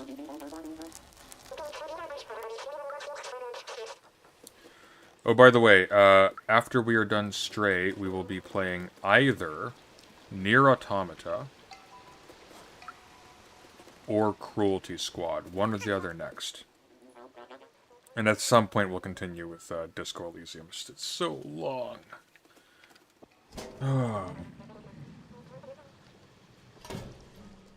I'm kind of feeling Cruelty Squad first because I want to take in more of the lore of Nier Automata before I start playing it on stream, because your attention, you know, shifts a little bit. This game's less, like, involved in terms of how much focus you need to do. Like, it takes focus. Like, avoiding the Zerks and whatnot, and solving puzzles, that takes attention.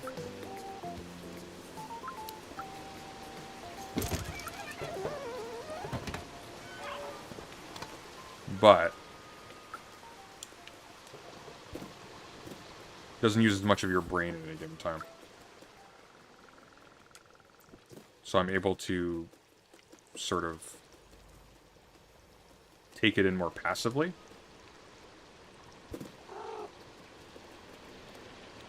I feel like with Nier Automata, there's so many game mechanics involved. Don't know what that was.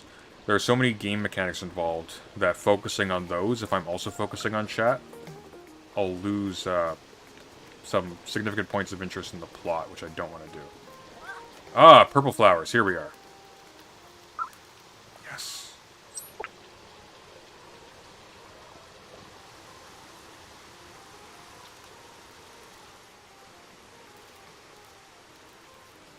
Can I go on these other branches? No? Oh, fine. Be lame.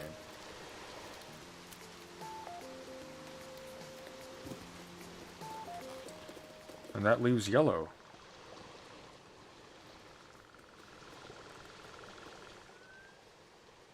Oh, there we are. Right up there.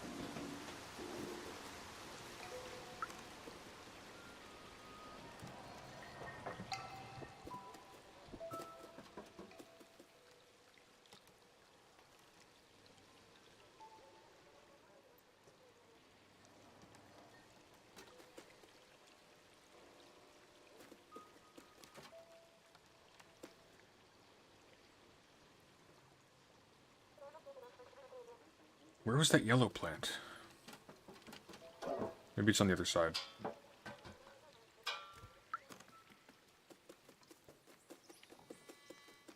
Oh, there we are. How do we reach that?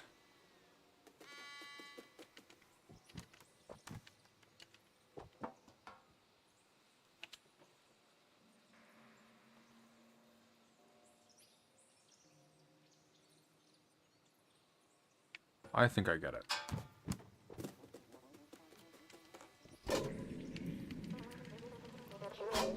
Oh, you missed it. Okay. Can I get up from here?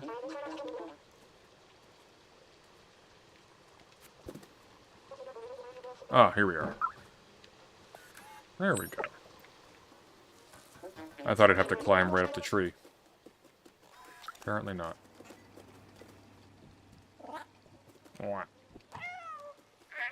Yow.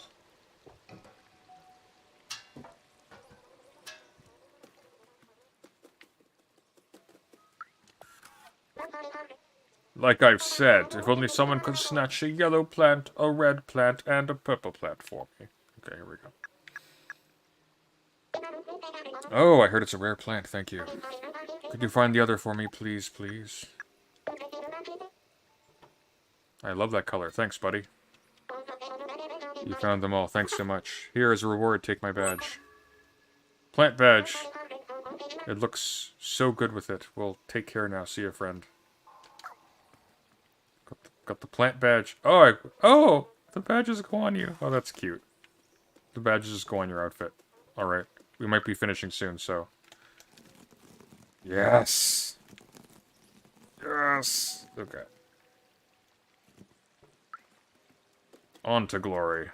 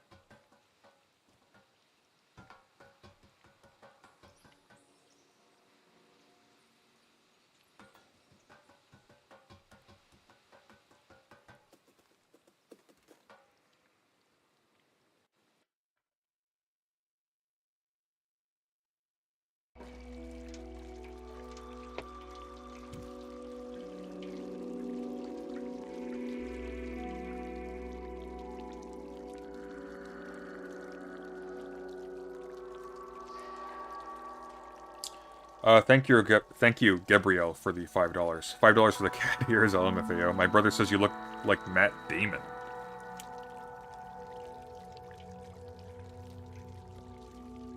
That looks like Matt Damon.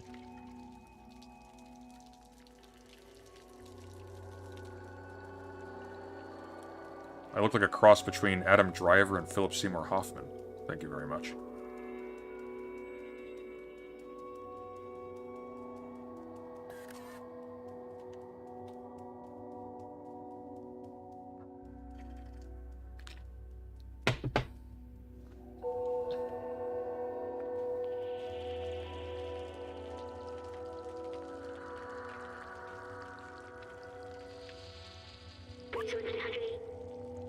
Look, this is a subway station.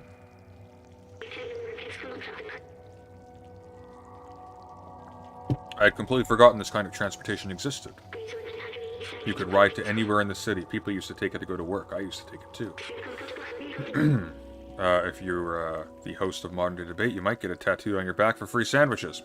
Every morning after saying goodbye to my family at home. Oh yeah, Google it, that's the thing. I remember I was doing this for them, but they're gone now. It was so long ago. They wanted to see the outside, but does that even matter anymore?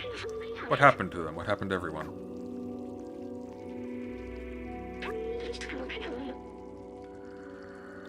Anyway, we're near Midtown. Let's find this Clementine. We have a picture of her. We can show it to some of the companions around here. Maybe they'll point us in the right direction. I mean, maybe that's true, Gabrielle, but I feel like if you squint, almost anybody could look like Matt Damon.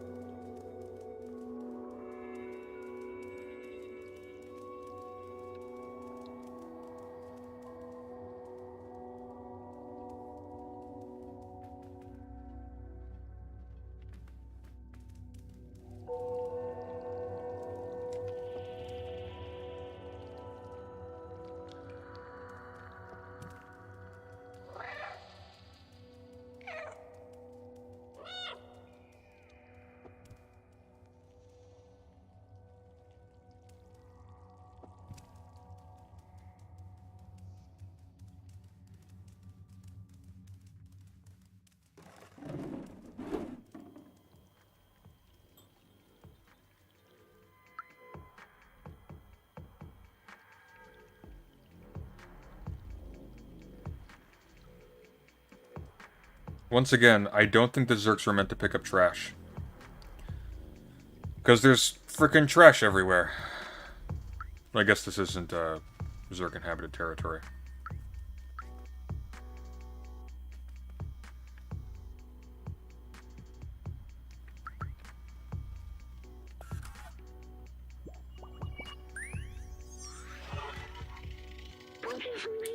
There are so many books here. The Turing Test Legacy, The Ethics of Artificial Intelligence. I recognize some of these. Did I have a library? I remember nothing was quite like the smell of books and the turn of a page.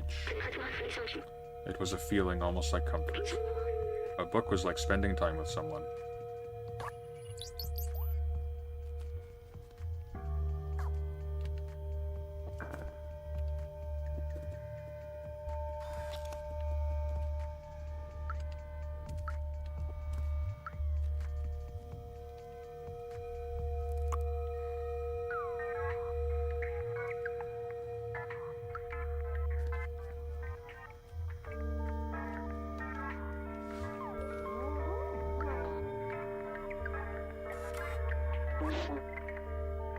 Le Doc.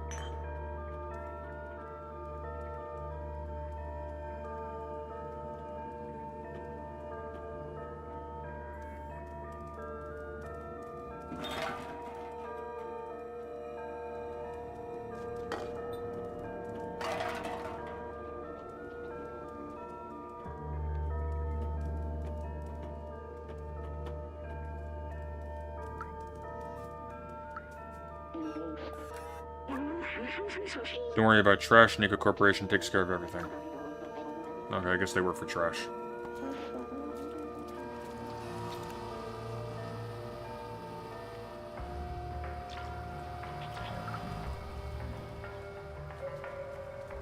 Midtown.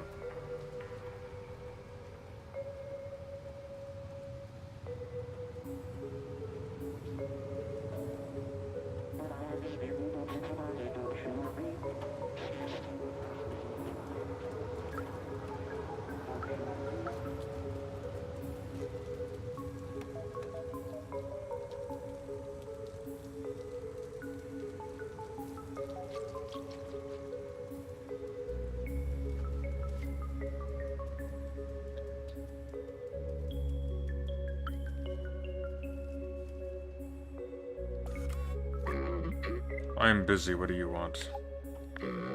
Buzz off, okay?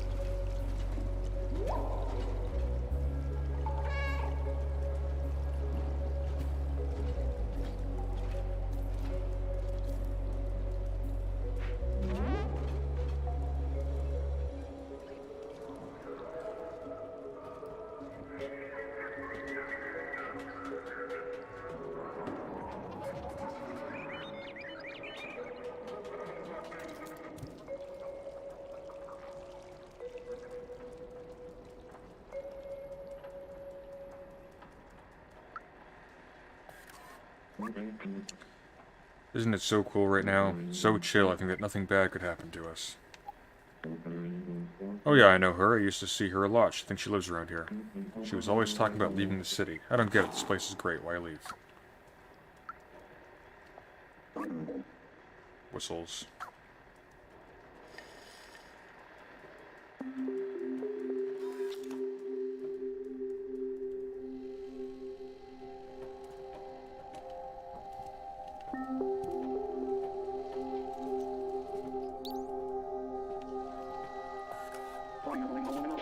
Hey, those tapes are ours. Don't you know how to steal?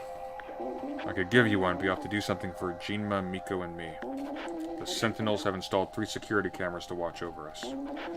We don't like that at all. Can you get them off our backs?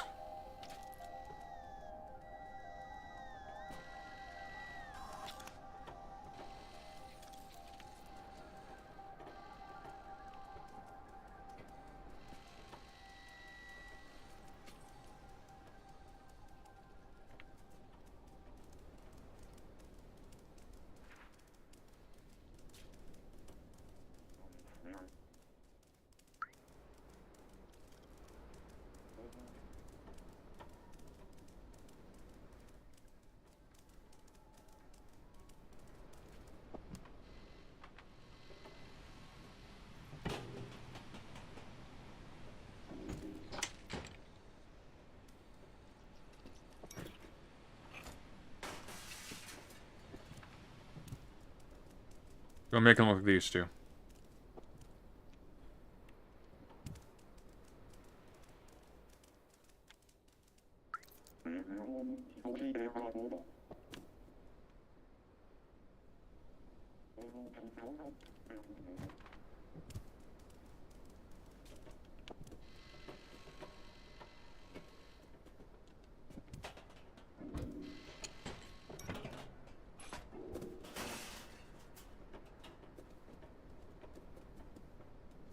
Where's number 3?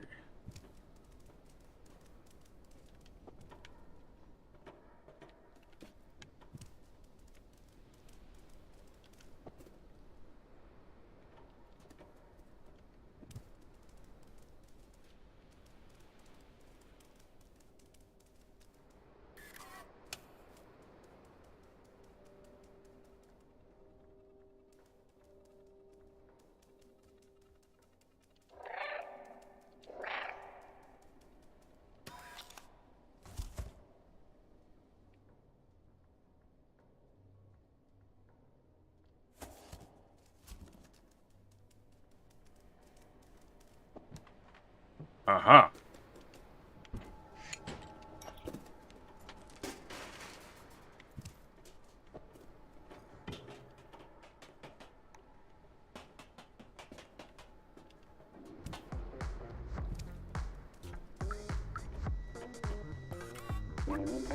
Well done, I didn't think you could do it. Here, take your prize, you earned it. A prize? No. Okay.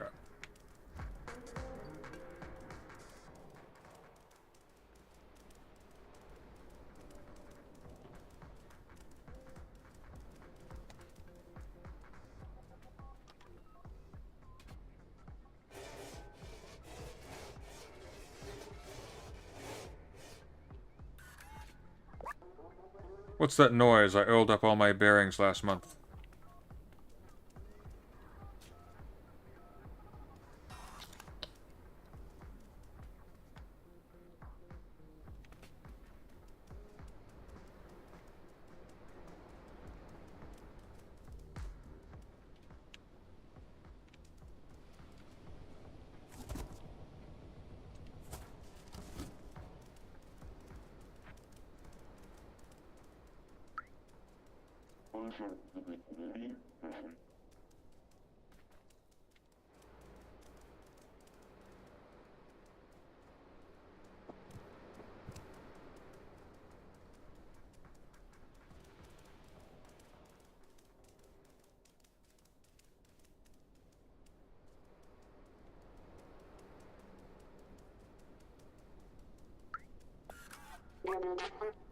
What are you exactly?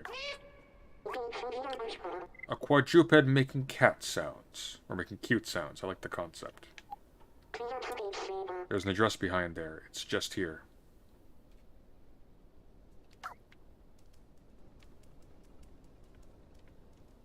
Just here, huh?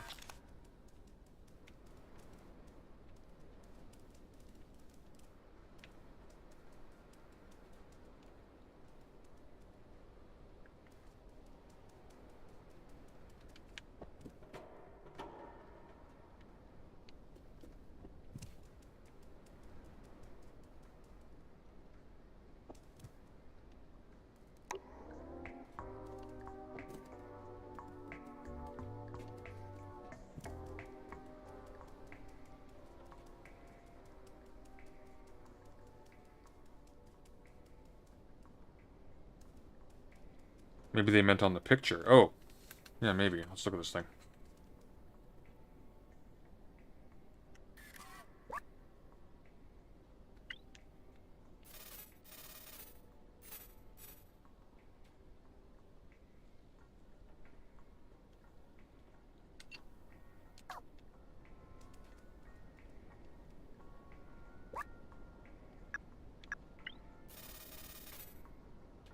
Three, 5.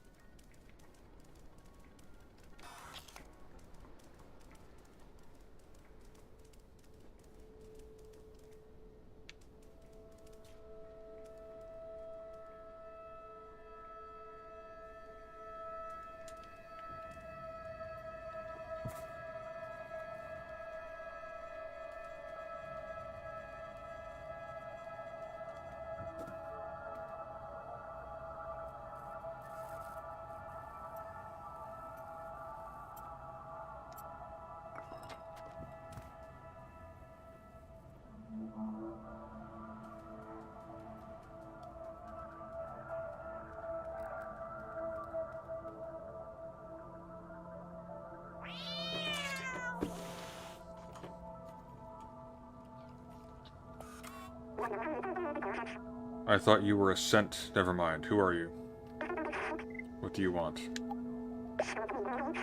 Wait, so has Balthazar finally decided to send someone?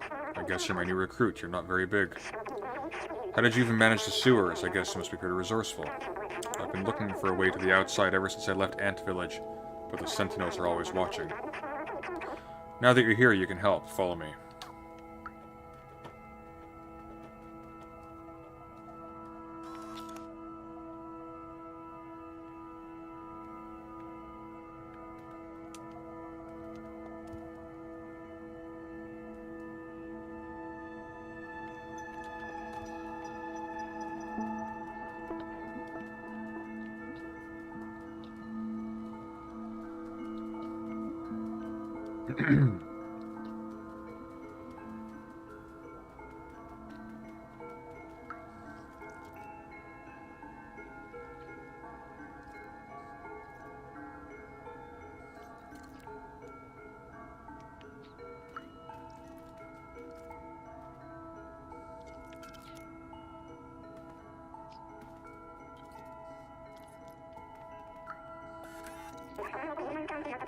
I've been working on a plan to use this old subway for a while now.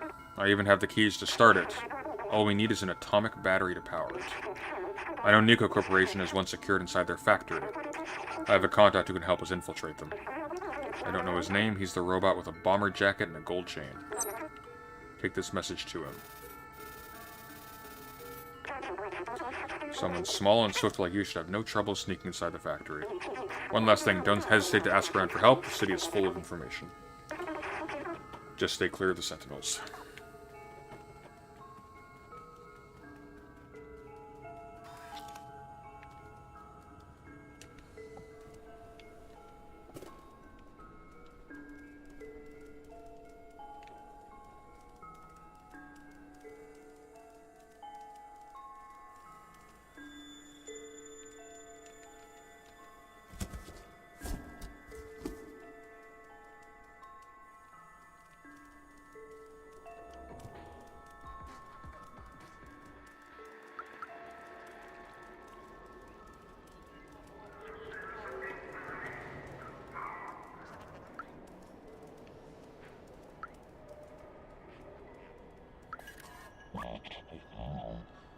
The person arrested was not Clementine. Continue the search.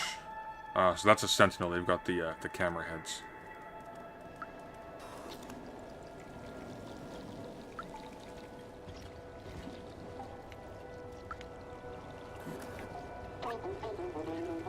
It's the trendiest shop in Midtown, but the shopkeeper is pretty grumpy.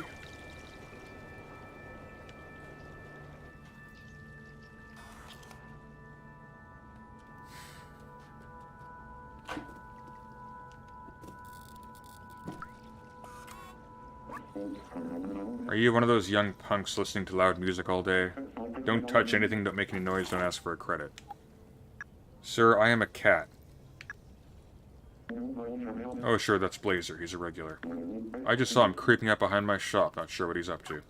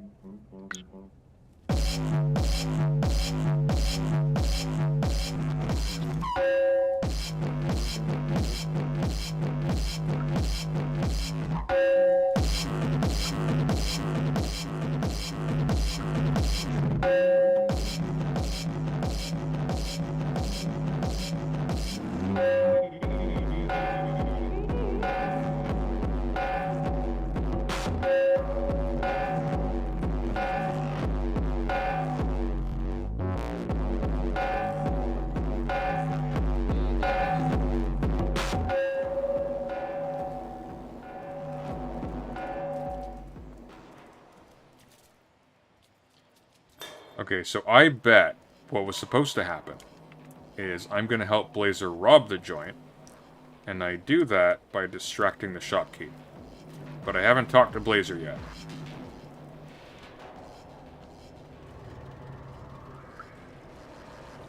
Well, this is the back of the store, and I see nobody here.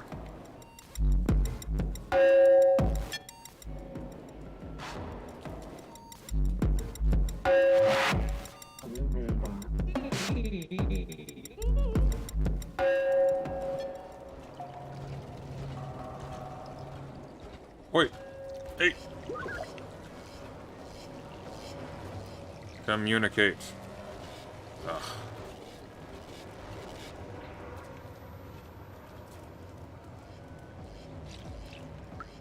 There's Blazer. I am busy. What do you want? Where did you get that? Oh, you're with the Outs, my contact. Let me brief you about the atomic battery. The battery is powering the Nicocorp factory right there, but this whole area is restricted and heavily guarded. They check every person who enters and turns away anyone who's not a worker. Here's an idea. Go get me a worker jacket and a worker helmet while I stay here to check for a good time to enter. Ah, okay. I was almost right.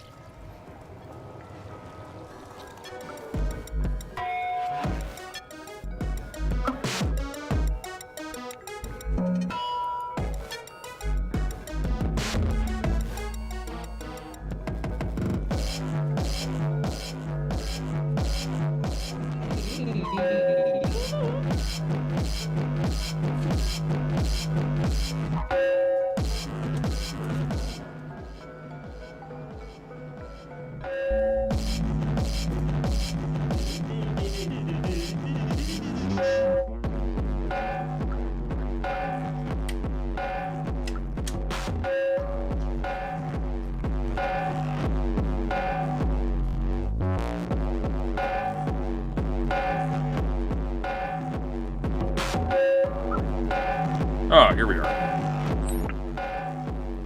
And a helmet. I need a helmet. Oh. I think helmets are somewhere else.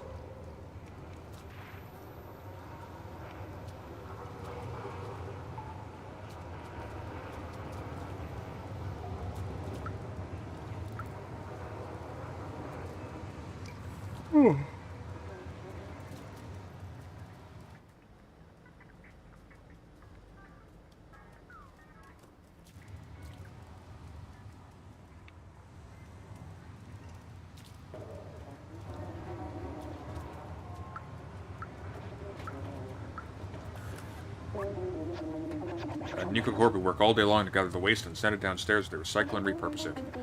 Speaking of downstairs, it has been a while since we had news from them. Ooh. They've been overrun by Zerks. I guarantee you that's what's happened. Yeah, that's definitely what's happened.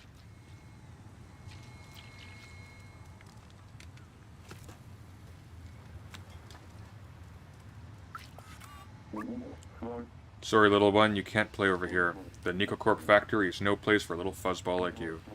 Access is restricted, but only for a little while. If you can wait a few years, we'll open right back up. Just like the Cathedral. Okay.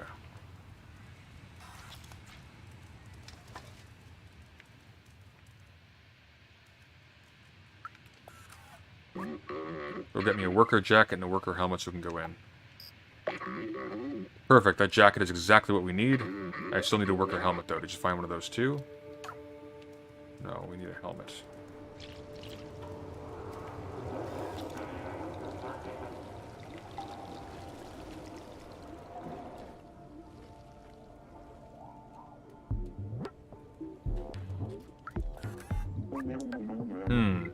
Wouldn't we be dealing with theft right now?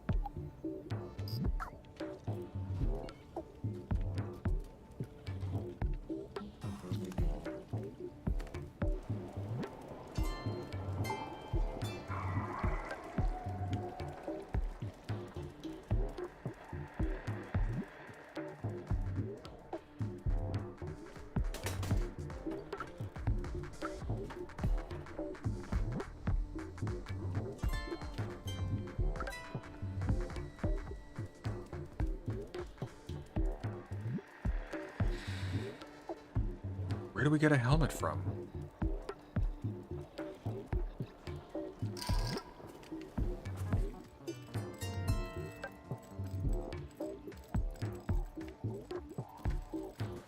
From the robot barber, of course. Of course. It all makes sense.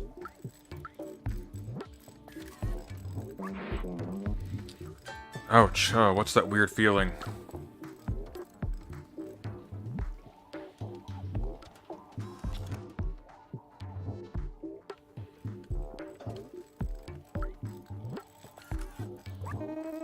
You know, work is work, Slippy. Don't lose your head about it.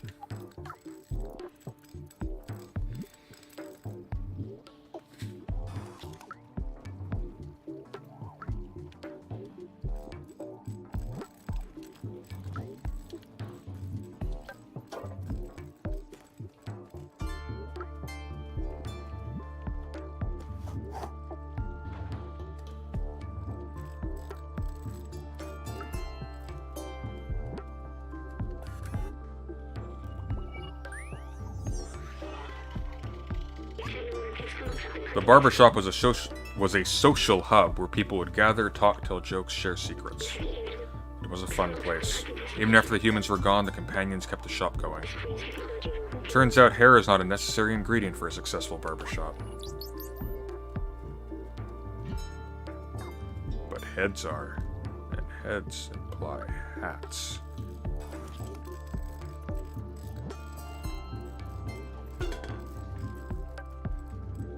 Now, what did that get me?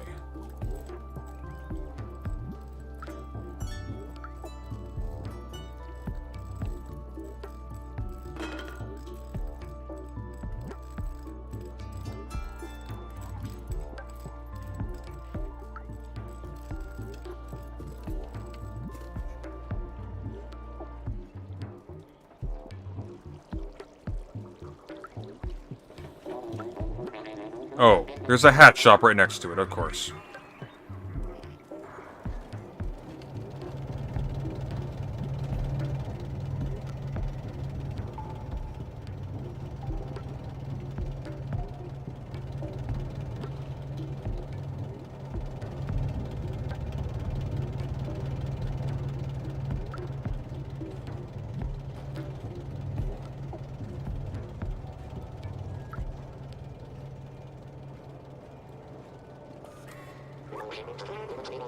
I've been waiting for ages for Stuplachi to get back and help me restock these hats. The boss is not happy. If that guy's slacking off at the bar again, he has another thing coming.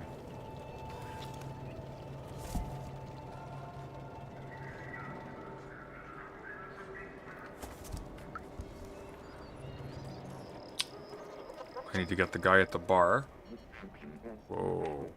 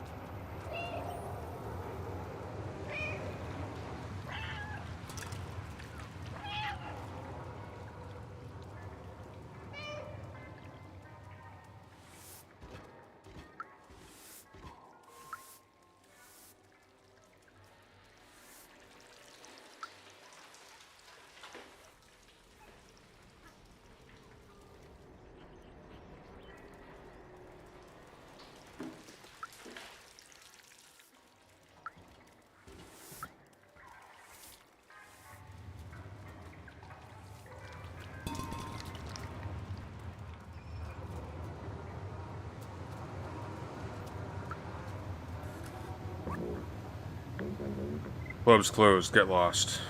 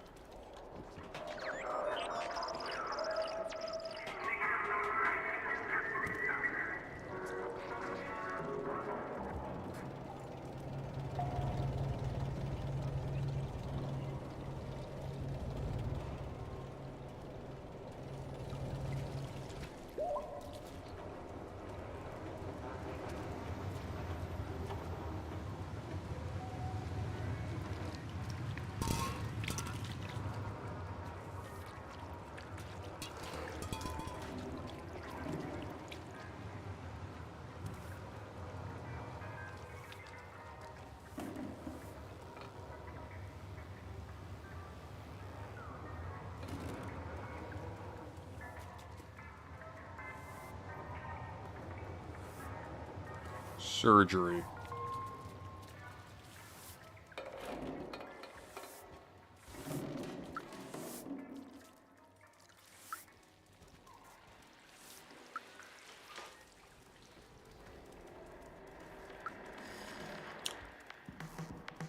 Oh boy. The pollen is wrecking me, guys. I'm going to, I think I'm gonna call it here, and we'll continue this tomorrow. I'm feeling really under the weather. So we'll wrap it up, and, I guess we'll have one more cat episode.